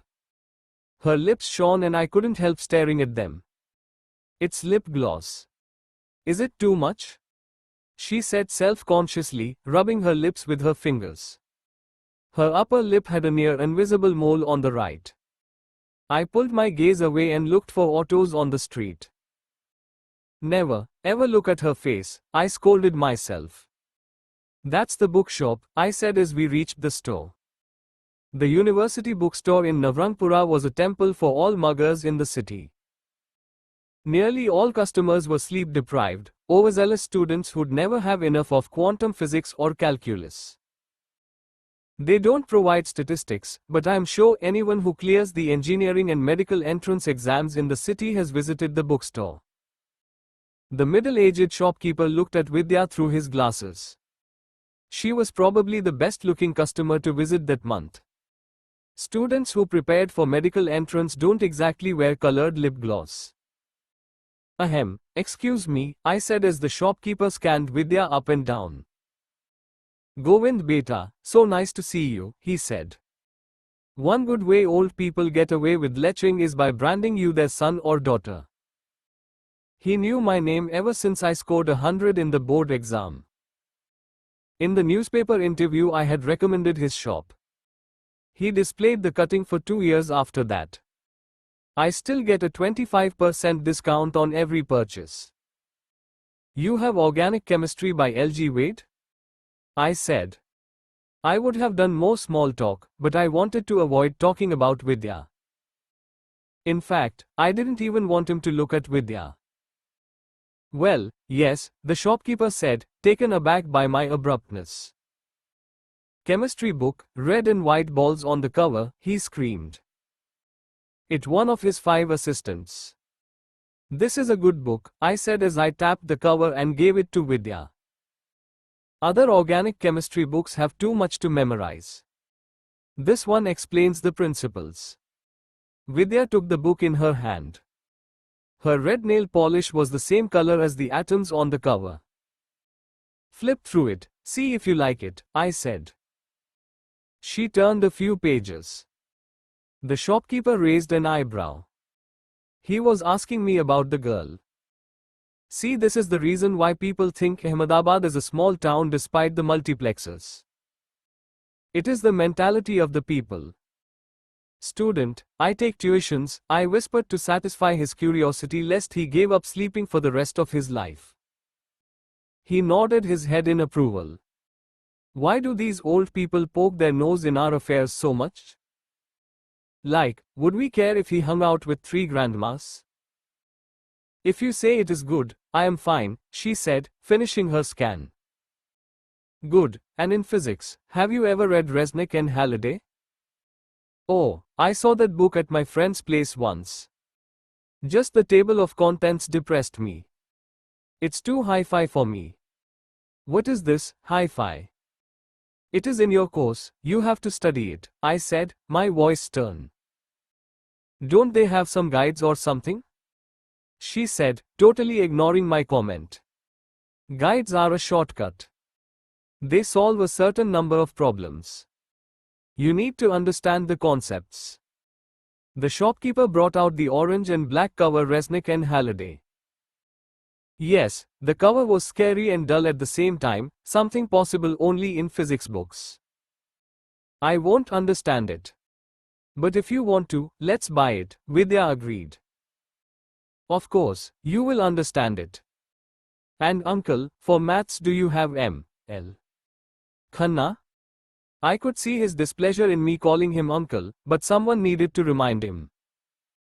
Maths Khanna, the shopkeeper shouted. His assistants pulled out the yellow and black tome. Now if Resnick and Halliday is scary, M.L. Khanna is the exorcist. I haven't seen a thicker book and every page is filled with the hardest maths problems in the world. It was amusing that a person with a friendly name like M.L. Khanna could do this to the students of our country. What is this? Vidya said and tried to lift the book with her left hand. She couldn't. She used both hands and finally took it 6 inches off the ground. No, seriously, what is this? An assault weapon? It covers every topic, I said and measured the thickness with the fingers of my right hand. The 4 fingers fell short. She held her hand sideways over mine to assist. 6. It is 6 fingers thick, she said softly. I pulled my hand out, lest uncle raise his eyebrows again, or worst case join his hand to ours to check the thickness. Don't worry, for the medical entrance you only have to study a few topics, I reassured her. We paid for the books and came out of the shop. We walked on the Navrangpura main road. My new shop was 200 meters away. I had the urge to go see it. Now what? She said. Nothing, let's go home, I said and looked for an auto. You are a big boy, aren't you? She said. Excuse me? I said. Dairy Den is round the corner. I'm hungry, she said. I am starving. Seriously, I am famished. She kept a hand on her stomach. She wore 3 rings, each with different designs and tiny, multicolored stones. I took the least visible seat in Dairy Den. Sure, no one from our gossip-loving Paul came to this hip teen joint, but one could never be too careful. If a supplier saw me at Dairy Den, I would be like any other trendy young boy in Ahmedabad. I would never get a good price for cricket balls. I felt hungry too. But I couldn't match the drama queen in histrionics. She ordered a dense special pizza, which had every topping available in Dairy Den's kitchen. All dishes were vegetarian, as preferred by Ambavdis. These books look really advanced, she said, pointing to the plastic bag. They are MSc books, I said. She raised her eyebrows. Can someone explain to me why 17-year-olds are made to read MSc books in this country? I shrugged. I had no answers for lazy students. The pizza arrived. We kept quiet and started eating it. I looked at her. She tied her hair, so that it would not fall on the pizza and touch the cheese. She kept her dupatta away from the table and on the chair. The great thing about girls is that even during pauses in the conversation you can look at them and not get bored. She looked sideways as she became conscious of 2 boys on a faraway table staring at her. It wasn't surprising, considering she was the best-looking girl in Dairy Den by a huge margin. Why are there so few pretty girls? Why hadn't evolution figured it out that men liked pretty women and turned them all out that way? She checked her phone for any new SMSs. She didn't need to, as her phone beeped louder than a fire alarm every time there was one. She pulled back her sleeve and lifted a slice of pizza. She used her fingers to lift the strands of cheese that had fallen out and placed them back on the slice. Finally she took a bite. So, what's up? She broke the silence. Are we allowed to talk about anything apart from science subjects? Of course, I said. I glared at the boys at the other table. They didn't notice me. We are not that far apart in age. We could be friends, you know, she said. Well, I said, tough, isn't it? Tough? Give me one reason why. I will give you 4. 1. I am your teacher. 2. You are my best friend's sister. 3. You are younger than me. And 4. You are a girl. I felt stupid stating my reasons in bullet points. There is a reason why nerds can't impress girls. They don't know how to talk. She laughed at me rather than with me. Sorry for the list. Can't get numbers out of my system, I said. She laughed. It tells me something. You have thought it out. That means, you have considered a potential friendship. I remained silent. I am kidding, she said and tapped my hand. She had this habit of soothing people by touching them. With normal people it would have been okay, but with sick people like me, Female touches excite more than soothe. I felt the urge to look at her face again. I turned determinedly to the pizza instead. But seriously, you should have a backup friend, she said. Backup what? You, Ish and Omi are really close. Like you have known each other since you were sperm. My mouth fell open at her last word. Vidya was supposed to be Isha's little sister who played with dolls. Where did she learn to talk like that? Sorry, I meant Ish and Omi are your best friends. But if you have to bitch. Oops, rant about them, who do you do it with? I don't need to rant about my friends, I said. Smon, are they perfect? No one is perfect. Like Garima and I are really close. We talk twice a day. But sometimes she ignores me, or talks to me like I am some naive small town girl. I hate it, but she is still my best friend. And? I said. Girls talk in circles. Like an algebra problem, it takes a few steps to get them to the point. And, talking about it to you, venting, like this, makes me feel better. And I can forgive her. So, even though she is a much closer friend of mine, you became a backup friend. If she applied as much brain in maths, no one could stop her from becoming a surgeon. But Vidya, who could micro-analyze relationships for hours, would not open ML Khanna to save her life. So, Smon, what's the one rant you have about your best friends? My friends are my business partners, too. So it's complicated, I paused. Sometimes I don't think they understand business. Or maybe they do, but they don't understand the passion I bring to it. She nodded. I loved that nod. For once, someone had nodded at something I felt so deeply about. How? She egged me on. Over the last few scraps of pizza, I told her everything. I told her about our shop, and how I managed everything. How I had expanded the business to offer tuitions and coaching. I told her about Isha's irritating habit of giving discounts to kids and Omi's dumbness in anything remotely connected to numbers. And finally, I told her about my dream, to get out of the old city and have a new shop in an air-conditioned mall. Navrangpura, she said, near here? Yes, I said, as my chest expanded 4 inches. She saw the glitter in my eyes, as I could see it reflected in hers. Good you never did engineering.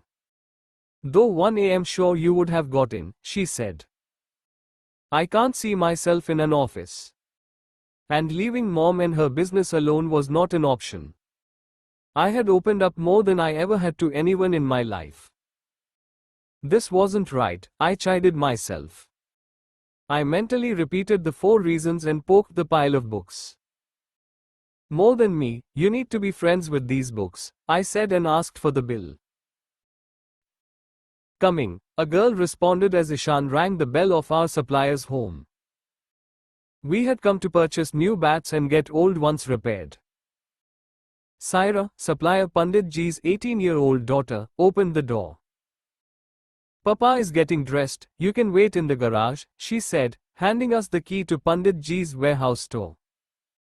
We went to the garage and sat on wooden stools. Ish dumped the bats for repair on the floor.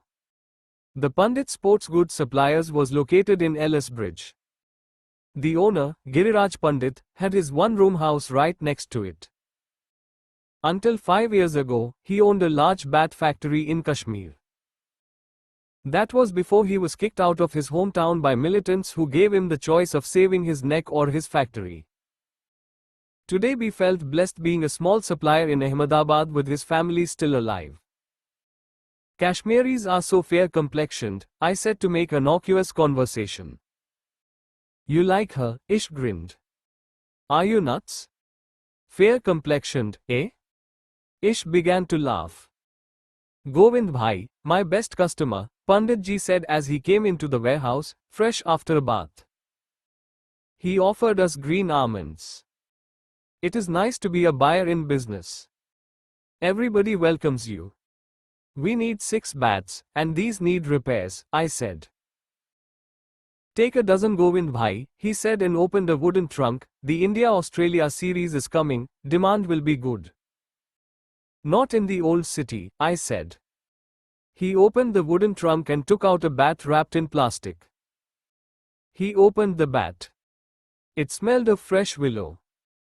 Sometimes hat makers used artificial fragrance to make new bats smell good. Hut Pandit Ji was the real deal. Ish examined the bat. He went to the box and checked the other bats for cracks and chips. The best of the lot for you, Govind bhai, Pandit Ji smiled heartily. How much? I said. 300. Joking? Never, he swore. 250, I said, last and final. Govind bhai, it is a bit tough right now. My cousin's family has arrived from Kashmir, they've lost everything. I have 5 more mouths to feed until he finds a job and place. They are all living in that room? Ish was curious. What to do?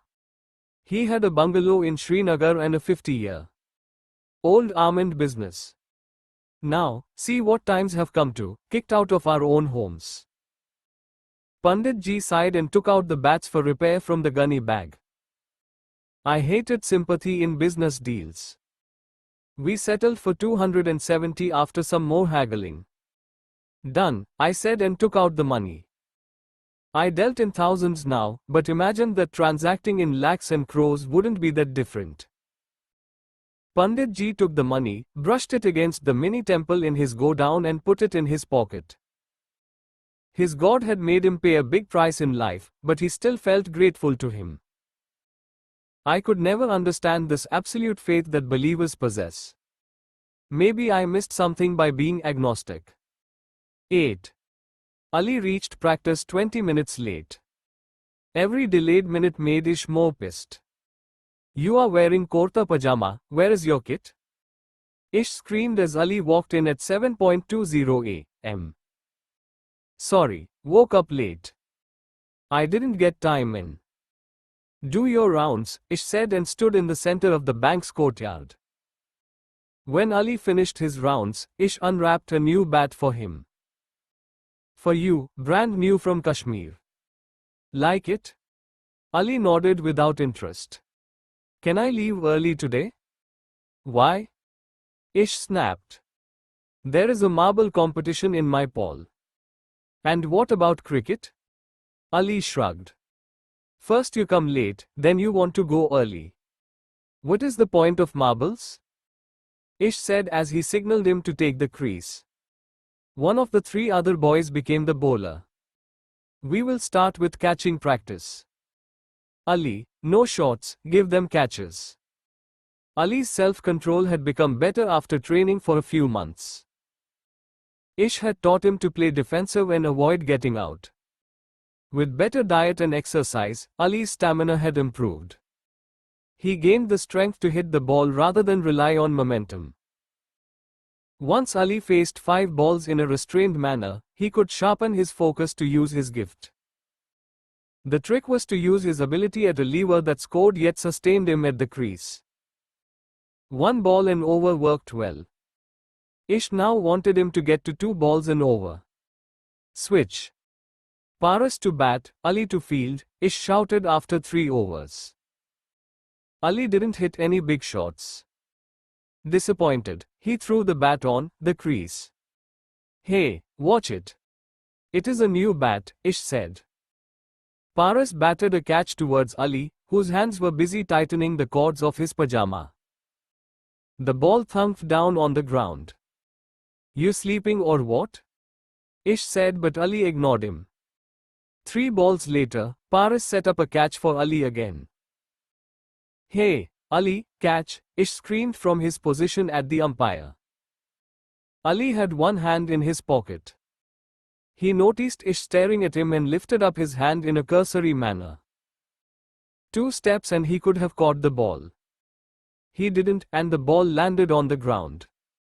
Hey, Ish shook Ali's shoulder hard. You dreaming? I want to leave early, Ali said, rubbing his shoulder. Finish practice first. Here Ali, bat, Paras said as he came close to Ali. No, he has to field, Ish said. It is okay, Ish bhaiya. I know he wants to bat, Paras said and gave Ali the bat. And I want to practice more catches. I need to get good before my school match. Ali took the bat, walked to the crease without looking up. Disconcerted by this insolence, Ish rued spoiling the boy with gifts, sometimes kits, sometimes bats. Ish allowed Ali to bat again upon Paras' insistence. Lift it for arrows, gentle to the left. The ball arrived, Ali whacked it hard. Like his spirit, the ball flew out of the bank. I want to go. Ali stared at Ish with his green eyes. I don't care about your stupid marble tournament. No marble player ever became great, Ish shouted. Well, you also never became great, Ali said. Ouch, kids and their bitter truth. Ish froze. His arm trembled. With perfect timing like Ali's bat, Ish's right hand swung and slapped Ali's face hard. The impact and shock made Ali fall on the ground. Everyone stood erect as they heard the slap. Ali sat up on the ground and sucked his breath to fight tears. Go play your fucking marbles, Ish said and deposited a slap again. I ran behind to pull Ish's elbow. Ali broke into tears. I bent down to pick up Ali. I tried to hug him, as his less strict maths tutor. He pushed me away. Go away, Ali said, crying as he kicked me with his tiny legs. I don't want you. Ali, quiet buddy. Come, let's go up, we will do some fun sums, I said. Oops, wrong thing to say to a kid who had just been whacked. I don't want to do sums, Ali glared back at me. Yeah, don't want to field. Don't want to do sums. Lazy freak show wants to play marbles all day, Ish spat out. I felt it was stupid of Ish to argue with a 12-year-old. Everyone go home, we practice tomorrow, I said.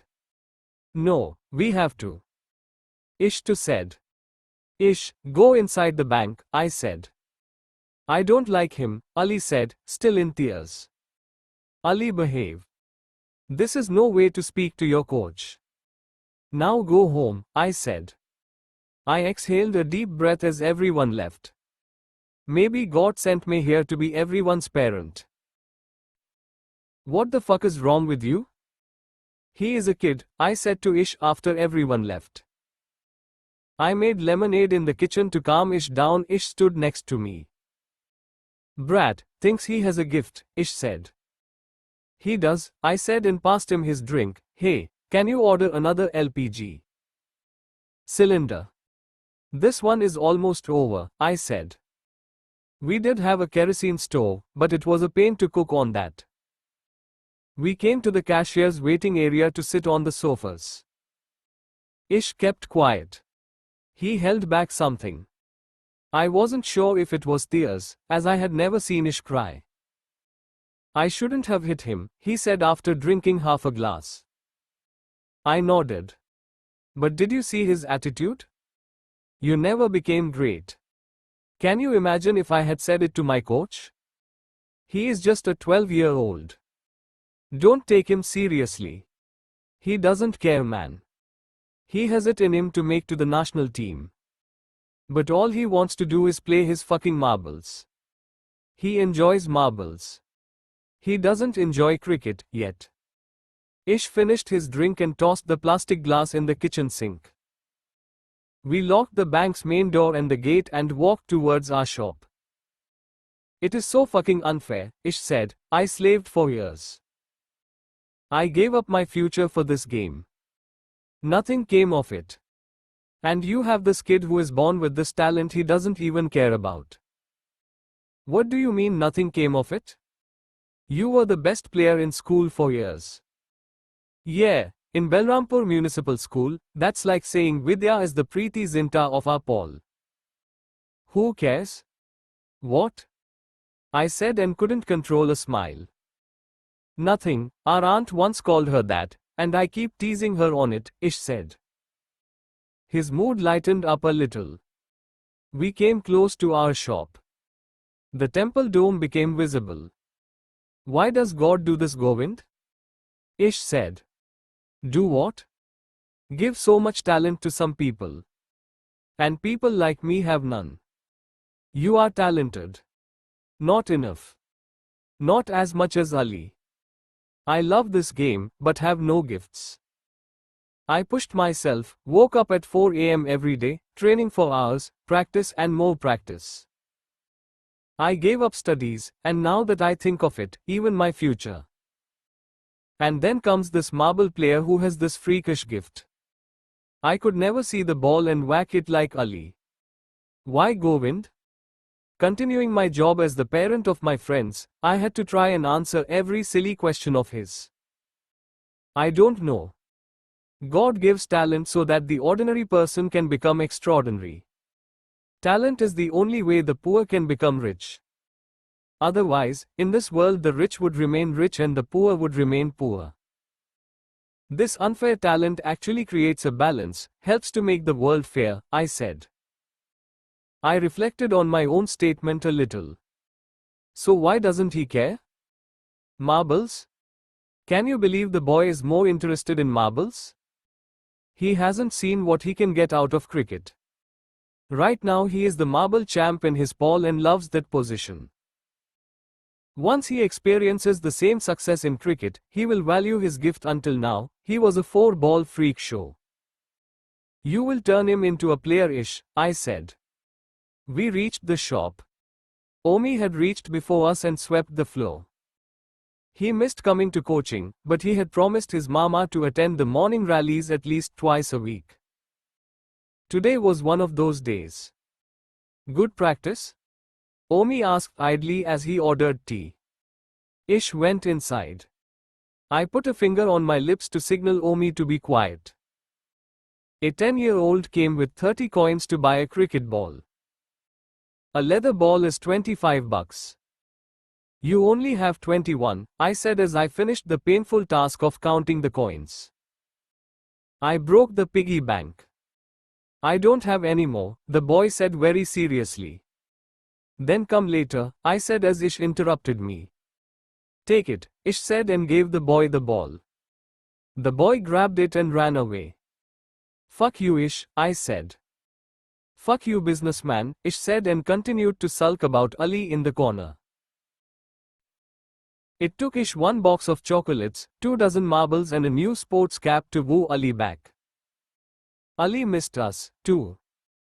His mother told us he cried for 2 hours that day and never attended the marble tournament. He hadn't come for practice the next 2 days either. Isha's guilt pangs had turned into an obsession. Ali had an apology ready, probably stage-managed by his mother. He touched Isha's feet and said sorry for insulting his guru. Ish hugged him and have the gifts. Ish said he'd cut off his hand rather than hit him again. All too melodramatic if you ask me. The point was Ali came back, this time more serious, and Ish mellowed somewhat. Ali's cricket improved, and other students suggested we take him to the district trials. Ish vetoed the idea. No way, the selection people will destroy him. If they reject him, he is going to be disappointed forever. If they accept him, they will make him play useless matches for several years. He will go for selections, but only the big one, the national team. Really? You're confident he will make it, Omi said, passing us lassi in steel glasses after practice. He will be a player like India never had, Ish announced. It sounded a bit mad, but we had seen Ali demolish the best of bowlers, even if for a few balls. 2 more years and Ish could well be right. Don't talk about Ali's gift at all. I don't trust anyone. Ish wiped his lassi mustache. Excuses don't clear exams, Vidya. If you study this, it will help. Nothing else will. I opened the chemistry book again. I tried, she said and pushed back her open hair. She had not bathed. She had a track pant on that I think she had been wearing since she was 13 and a pink t-shirt that said, Fairy Queen, or something. How can a grown-up woman wear something that says, Fairy Queen? How can anyone wear something that says, Fairy Queen? I pray every day. That should help, she said. I didn't know whether to laugh or flip my fuse again at her nonchalance. Maybe if she didn't look like a cute ragdoll in those clothes, I would have lost my temper again. Don't leave it to God, nothing like reading organic chemistry yourself, I said. She nodded and moved her chair, as a bottle fell over on the ground. Oops, she said and bent down. What? I stood up in reflex. It was a bottle of coconut oil, fortunately closed. Nothing, I thought I'll oil my hair, she said and lifted the blue bottle. I looked at her face. My gaze lasted a quarter second more than necessary. There is an optimal time for looking at women before it gets counted as a stare. I had crossed that threshold. Self-consciously she tugged at the t-shirt's neckline as she sat back up. The tug was totally due to me. I didn't look there at all, but she thought I did. I felt sick. Coconut oil, I said, probably the dumbest thing to say, but it changed the topic. Yes, a bit of organic chemistry for my head. Maybe this will help. I flipped the book's pages to see how benzene became oxidized. When is your birthday? She said. The 14th of March, I replied. Pi Day. What day? Pi Day. You see, pi approximates to 3.14, so the 14th of March is the same date. It is Einstein's birthday, too. Cool, isn't it? A day for pi? How can you have a day for something so horrible? Excuse me? It is an important day for maths lovers. We never make it public though. You can say you love literature, you can say you love music, but you can't say you feel the same way for maths. Why not? People label you a geek. That you are, she giggled. She pulled the oil bottle cap close. Can you help me oil my hair? I can't reach the back. My tongue slipped like it was coated in that oil as I tried to speak. Vidya, we should study now. Yeah, almost done. Just above the back of my neck, please. She twisted on her chair so her back faced me. She held up the cap of the oil bottle. What the hell, I thought. I dipped my index finger in the oil and brought it to her neck. Not here, she giggled again. It tickles. Higher, yes, at the roots. She told me to dip 3 fingers instead of 1 and press harder. I followed her instructions in a daze. The best maths tutor in town had become a champ man. How's the new shop coming? She said. Great, I paid the deposit and 3 months advance rent, I said. $50,000, cash. We will have the best location in the mall. I can't wait, she said. 2 more months, I said. Okay, that's enough. You do it yourself now, I will hold the cap for you. She turned to look at me, dipped her fingers in the oil and applied it to her head. I wish I were a boy, she said, rubbing oil vigorously. Why? Easier to oil hair? I said, holding up the cap in my hand even though my wrist ached. So much easier for you to achieve your passions. I won't be allowed to open such a shop, she said. I kept quiet. There, hopefully my brain would have woken up now, she said, tying back her hair and placing the chemistry book at the center of the table. One don't want to study this, she said. Vidya, as your teacher my role is. Yeah, what is your role as my teacher? Teach me how to reach my dreams or how to be a drone? I kept quiet. She placed her left foot on her lap. I noticed the tiny teddy bears all over her pajamas. Well, I am not your teacher. I am your tutor, your maths tutor. And as far as I know, there are no dream tutors. Are you not my friend? Well, sort of. Okay, sort of friend, what do you think I should do? Crush my passion and surround myself with hydrocarbon molecules forever? I kept quiet. Say something.